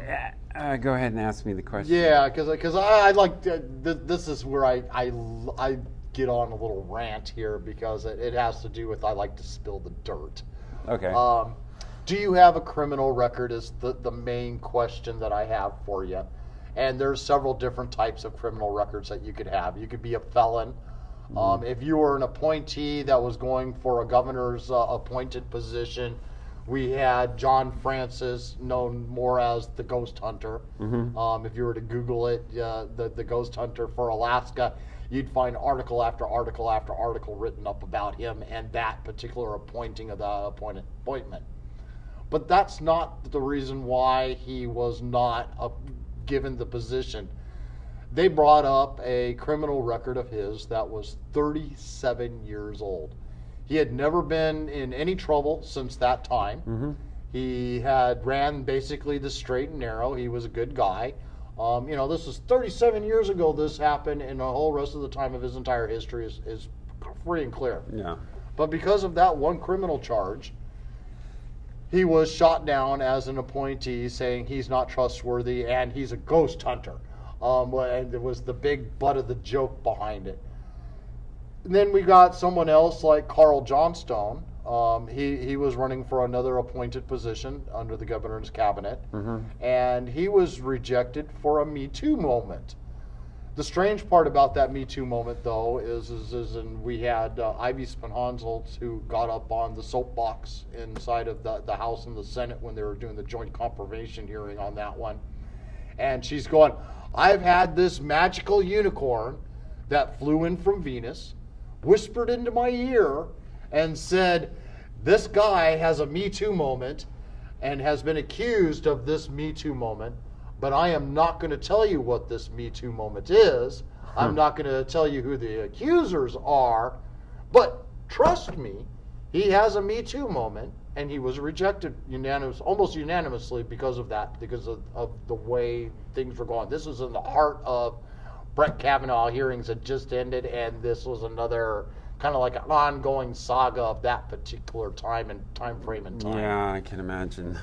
So these are just appointments for the governor. They're required by law to disclose any felony that's up to 10 years, any misdemeanor up to 5 years. So by law, they're supposed to divulge this. And like I said, the first one, 37 years ago. Yeah, wow. And this held them up. But then, and this is where I'd love to point out the Democrats and them loving to bury information. We had Rep. Dean Westlakes, the champion of Governor Bill Walker at the time, signing of the agreement there on the oil barrel sitting there up in the far north, and was accused of harassment and a few other charges against him for the Me Too. Those in charge of the investigation in the House buried it. We had Bryce Edgman, Chris Tuck, Kawasaki. I'm just going to throw Gabrielle Leduc's name in there for the moment, but I'm not too sure if she was a part of that particular one. And Ivy Spin-Onshold, and all the main players that are always pushing the binding caucus agenda out there. These were the people that were involved, hiding what had happened. Oh, wow. They knew for nearly a year. It took a leak to the press before it finally opened up the investigation, and Westlakes was promptly removed shortly thereafter from his position. Then came Rep. Zach Franzler, another one. It took nearly 2 months before that one came out. The complaint had already been filed with these same aforementioned legislators. And Zach Franzler had beaten up a woman, and rough sex is what he had called it at the time. But when you come physically, you're breaking bones and coming out of it physically damaged, that is not just rough sex. That is taking it straight into abuse and everything else. He was promptly let go. But again, those same aforementioned Bryce Edgman, Chris Tuck, Kawasaki, Gabrielle Leduc's, Ivy Spin-Onshold, they hid this from the public until the victim themselves came forward for his particular case. And then the one that nobody wants to ever talk about, Lieutenant Governor Brian Mallett. He was taken out. He resigned in less than 24 hours after a meeting that was held with a certain group of people, and he had made certain threats to the children that were there about something along the lines of scholarships, if my memory serves me right. But none of this is still in the public domain. You won't find anything written up about it, because none of the people inside of that room wanted to come forward with the truth. Well, just this year, one of the major news companies had done basically a FOIL request and had received one of the letters that had been written between Mallett and his wife that was done through government channels, and it was addressing him resigning, and if this stuff comes out about what there was in the past, if this is to be known, and it all revolved around the Me Too. So he was taken out. Is there anything, and I like going through all of this dirt because local media buried it all. They did their best to write it up as these other 3 people were wonderful people. These appointees were not wonderful people. And then we get into Representative David Wilson, accused of Me Too. Told he's upskirted a gal in the legislative halls using his phone. He needs to resign immediately. This guy is guilty. We want him out of here. Another person that is basically being accused of something but hasn't shown any evidence yet to prove it. We got one person's word against his. Yeah. Wilson tries to get them to release a tape. This is a tape. They're in Juneau Hall, so everything you're doing in Juneau, it's recorded. It's being videotaped. It's no secret. So all they had to do was look at the tape, and they would have saw that his version, that this was a private meeting happening behind closed doors. This legislative aide, she was accusing him of listening in on that meeting behind closed doors, and he was trying and telling her, if I was really doing something like that, I would just take my phone and slide it underneath the door and just record their conversation and be done with it. No. Quit being a jerk, so to speak. And I'm not doing I'm not eavesdropping on in their conversation. I could really care less. But they got turned into an upskirting. Why? Because David Wilson was not playing the game. He was not voting the way they would like him to be voting on everything. And they were looking for any excuse to have him removed from office at the time. David Wilson went to the press and said, this is what's happening. This is what really happened. I would please help me get this tape released so that I can prove that I'm innocent. Press got up on the bandwagon. Some of them anyways did. But most of them were still trying to push it off as David Wilson was guilty of upskirting this girl. All the way up to the very end when Bryce Edgman, Chris Tuck, Kawasaki, Gabrielle LeDukes, and I'm throwing her name out there because she was she was like Ivy Spinantholz with that one mysterious unicorn that showed up. She was on the top of the bandwagon for him to be resigning now because he wasn't playing, and at this time, she was playing the agenda game. Wow. Unlike she did the last couple of years, she was playing the agenda game, and she was following the agenda that was in play with the binding caucus. And Ivy Spinantholz. I just got to keep throwing her name out there. And we can even, at this point, throw in Natasha von Inhofe on that group because of where she stands at. And so they wanted David Wilson removed. He proved that this didn't happen. They still didn't release the tape. They didn't want us public to see the truth because that would go completely against the agenda, the narrative that they were trying to spin down there. So what they did is they filed ethic charges against him, and they convicted him of ethic charges because he had brought it to the press's attention. Trying to prove himself innocent, and he's brought up on ethic charges for trying to prove himself innocent. Representative David Wilson, has had something, not a Me Too, but something else very similar happened to him, brought up on ethic charges. Yeah. Can't get him for doing what he did, but we're going to punish you for exposing our dirt. That is the way Juneau operates. Wow. Same way with the binding caucus. You don't vote with the binding caucus, you get your committees removed, you get your staffing removed. That parking spot that's at the prime one that's downstairs that we gave you is no longer yours. Your little office just became this janitor's closet with no window in it. That kind of thing happens when you don't follow the agenda that these folks have in play. Yeah. So to get back to my initial question, do you have a criminal record that we should be aware of or a Me Too incident in your life that would derail your chances if elected to be in office? No, I don't have a criminal record. I've been on Facebook since I retired from the military. I didn't even go on Facebook when I was in the military. So I don't have a Me Too anything going on like that. So pretty much I got a clean history. So you're a good guy, and for the most part. Yeah, for the most part. I mean, I have gotten some speeding tickets here and there, but randomly, like over a long period of time. I'd gone on a streak of almost like 15 years, and then, yeah.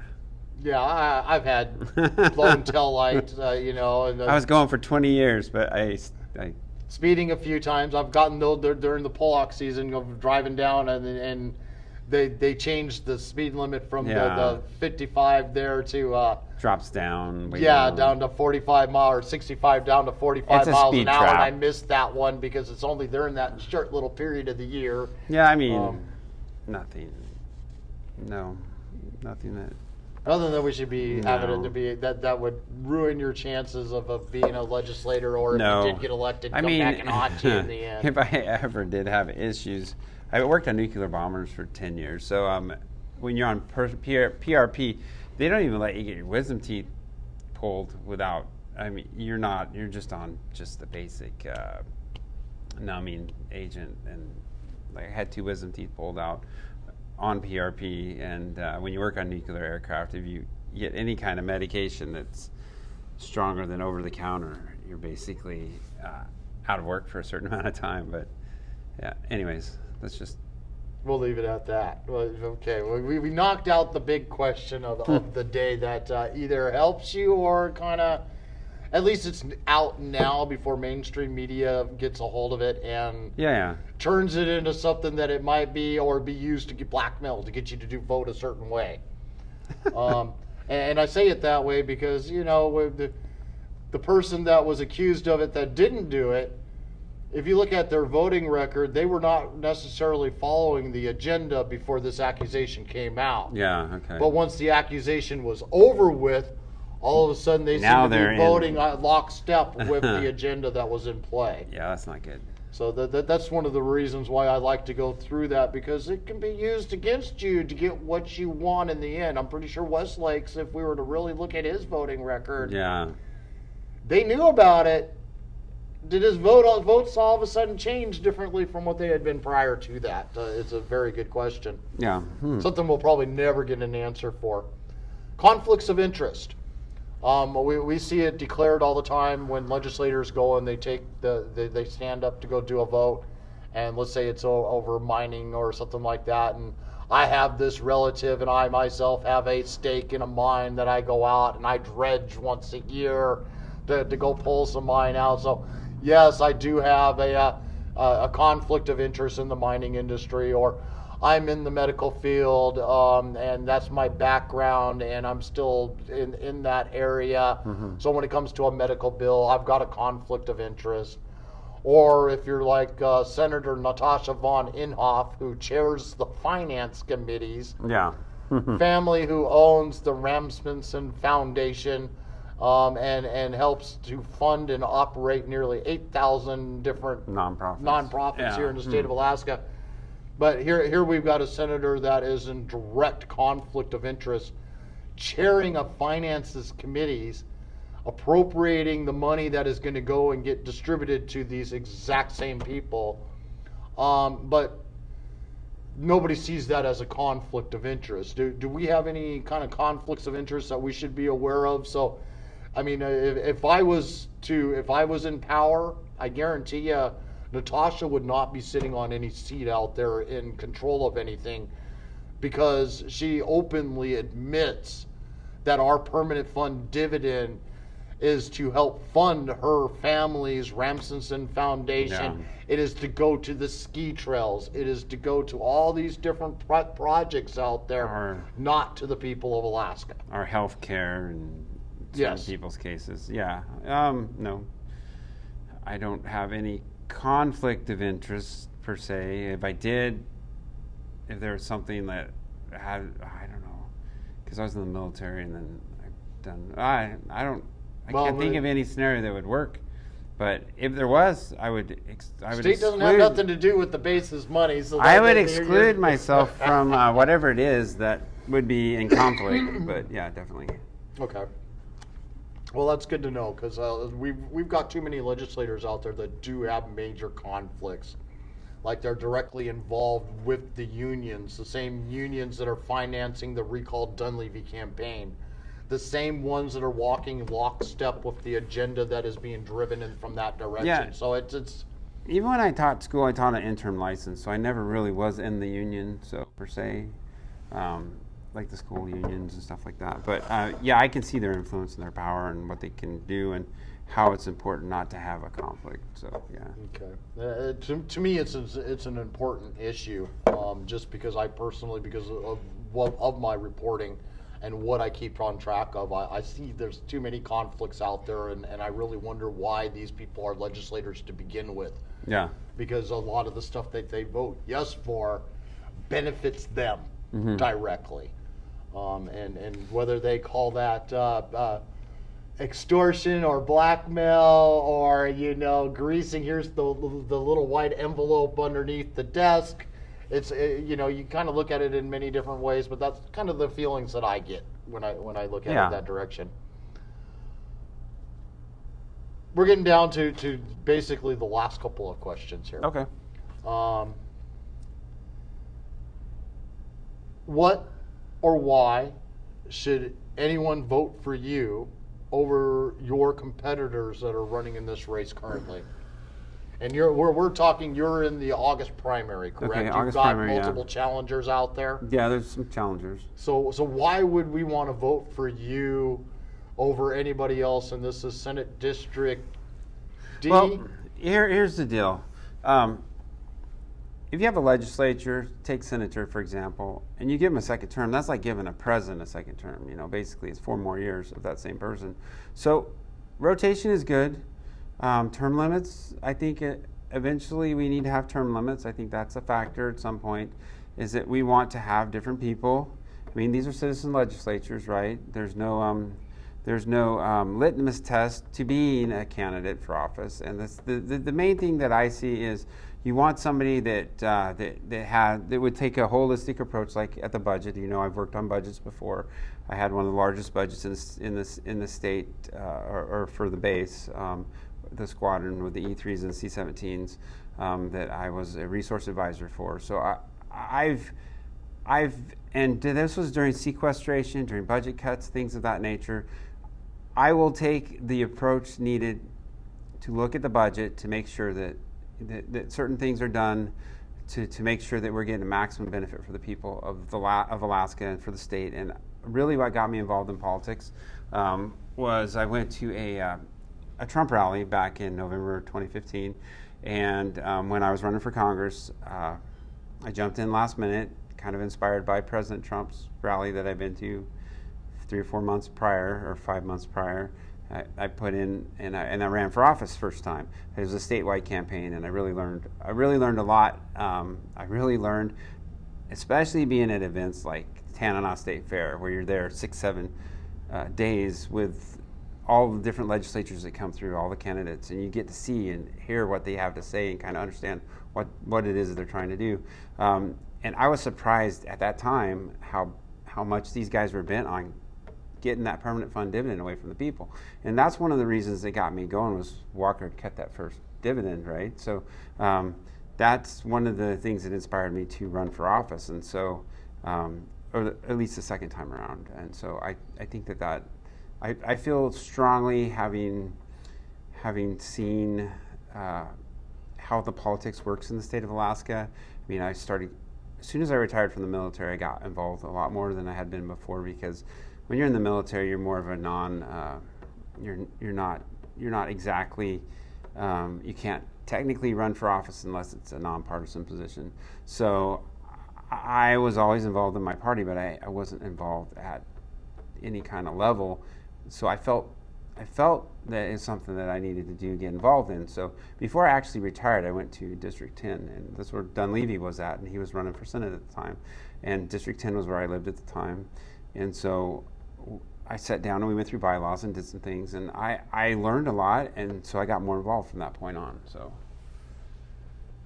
okay, that's why I think people should vote for me, because I'm not the regular person that you're going to see that wants to make it a career. I've had a career. This is my opportunity to give back to my state. So not one of the swamp.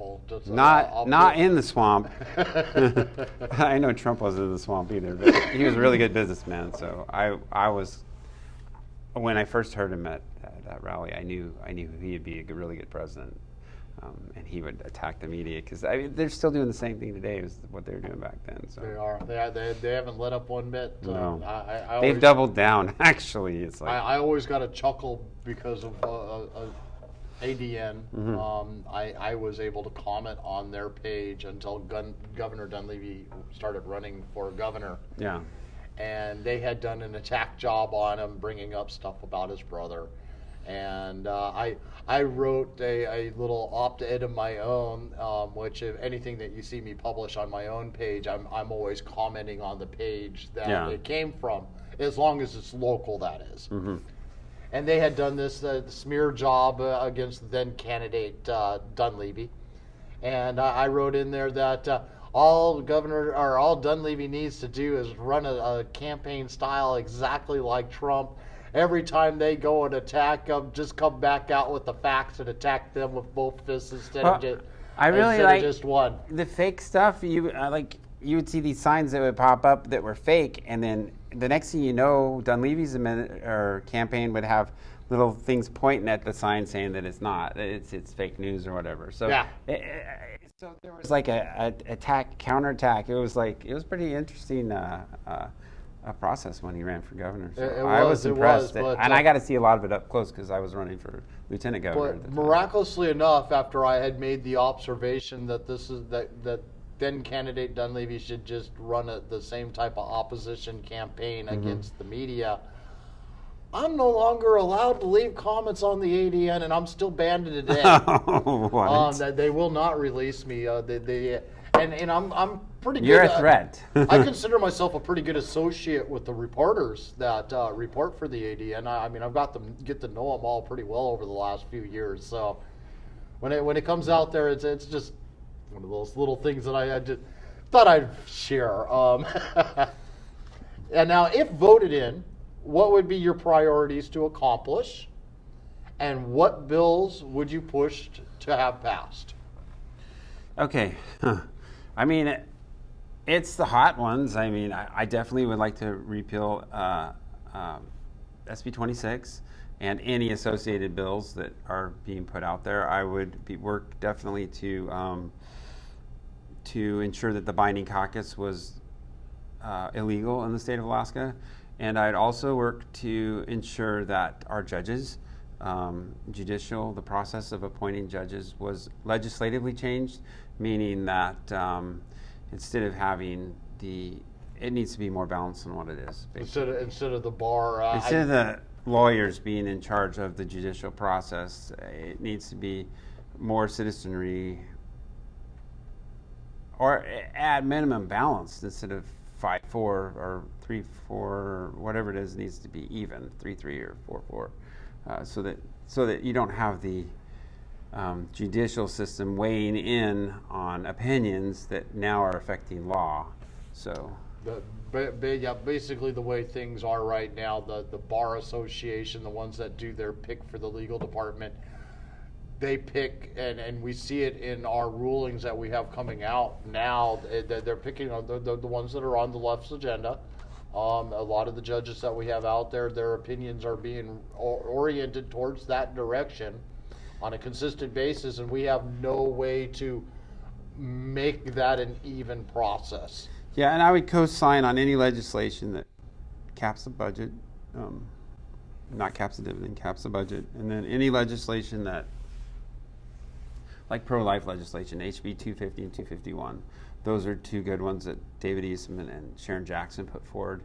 I would co-sign on those. So I would definitely, there's probably several of good legislation that I could co-sign on as well. But I would definitely try to put forth, submit on the floor different legislation that would strengthen Alaska, strengthen our economy, strengthen our private economy, the dividends, and then taxes or increase the budget? Neither. That was a trick question. No. It was. Neither. Neither? If you had a choice of what you could do, if there was a third option, what would that third option be? The third option, so it was taxes, and what was the other one? Taxes or increase the budget? I would increase the investments in the development of our resources across the spectrum to increase revenue from the point of being able to develop rare earth resources. Infrastructure, I think, is the key thing. We get a lot of these infrastructure things done, like for example, Russia. They charge fees for people to go through the Bering Strait. They're like the Panama of the North. Well, the same sort of thing. I mean, we have access through our northern areas. We have the rail. We are the #1 hub in the world as far as air cargo. So, one of the #1. Well, we were #1 for a few weeks because of COVID, but we're like I think 5 in the world for air cargo. So we're a major location for military and transit on the globe. So if only we could have got Amazon up here. If we leverage, if we leverage that location, we get the icebreakers we need, put them in that we need to keep the straits clear, the reduced time for, and if we become an industrial leader again in other things, even medical supplies, then I think we're moving in the right direction to become great, even greater than what we were before. So. Well, then this kind of lines right up into my my final and last question for you. Do we have a revenue or a spending problem? Okay, we have a spending problem currently. Our budget is 3 times, in some areas, 3 times that of the national average for various reasons, and then most budget items are at least double. So we need to take a close look at do we if we want to have this much government, we're going to have to actually develop more resources because we're a resource development state. If we develop our resources, maybe we can have bigger government, but not as big as it is. It's at some point that it's going to fall because the private sector has to protect the government sector. And when the public sector is attacking the private sector, shutting them down and causing all these issues within the sectors with regulations that are extreme in some cases, those regulations need to go away, and you need to be able to efficiently and effectively develop your resources. Because, look, for example, if Anchorage wasn't here today, the streets in Anchorage would probably be dirt because the environmentalists would have shut it down. They would have never had paved streets. I mean, if you actually look at progress that we've made over time, we have to have the infrastructure to be a society that is successful. So. Well, thank you, Stephen. You are Stephen Wright. Stephen Wright, yep. At running for Senate District. Senate District D in the Valley, Wasilla, Big Lake, Meadow Lakes, Connect Fairview, Point McKenzie, Meadow Lakes, all the way up Big Lake. So. Well, thank you very much for sitting down with me and having this interview tonight. For all of you out there paying attention still in Facebook land, don't forget to share. Facebook squeals on you if you don't share. Also, want to let you know, taking on the mainstream media and our corrupt legislators and government that we have out there has turned into a full-time job. I can't do this without your help. I need your support. Donate today. Every penny that you give goes into help improving the content that I'm able to provide to you. Thanks to your generous donations so far. Stephen Wright and myself here today. This is our first time. We got 2 wireless mics sitting here. Hopefully our broadcast was much louder, much clearer. You could hear us both very well. These are the type of things that are going in, and what I'm putting the donations towards is to improve the content so that I can get the material to you. I'm hoping one day that while I would be sitting here holding this interview, we would have had somebody in Anchorage that would have been doing the live stream from the assembly meeting that they were having today of the corrupt dictator Mayor Berkowitz trying to use COVID CARES Act money to pay for a homeless drug shelter and rehabilitation center in the heart of Anchorage there, that the population of Anchorage, those constituents that live in those areas, were in the hundreds, if not more, protesting it and testifying today to put a stop to that. And but we need your help. Go to Politadick.com, Politadick.com. Click on the donate link. Donate a few bucks. I mean, a cup of coffee, $5 goes a long ways. You just don't know. It's one more tank of gas. It gets me a little bit closer to another destination. It's one more microphone to come in. It's one more way to be able to travel to different locations to make sure I'm at an assembly meeting or a school board meeting or a town hall, or sitting here to have a conversation with our up-and-coming possible legislators that will be heading to Juneau in the future. So once again, Facebook squeals on you if you don't share. Thank you, Matsu Family Restaurant, for allowing us to use your facilities to have this today, and you guys all have a great night. Thank you. All right.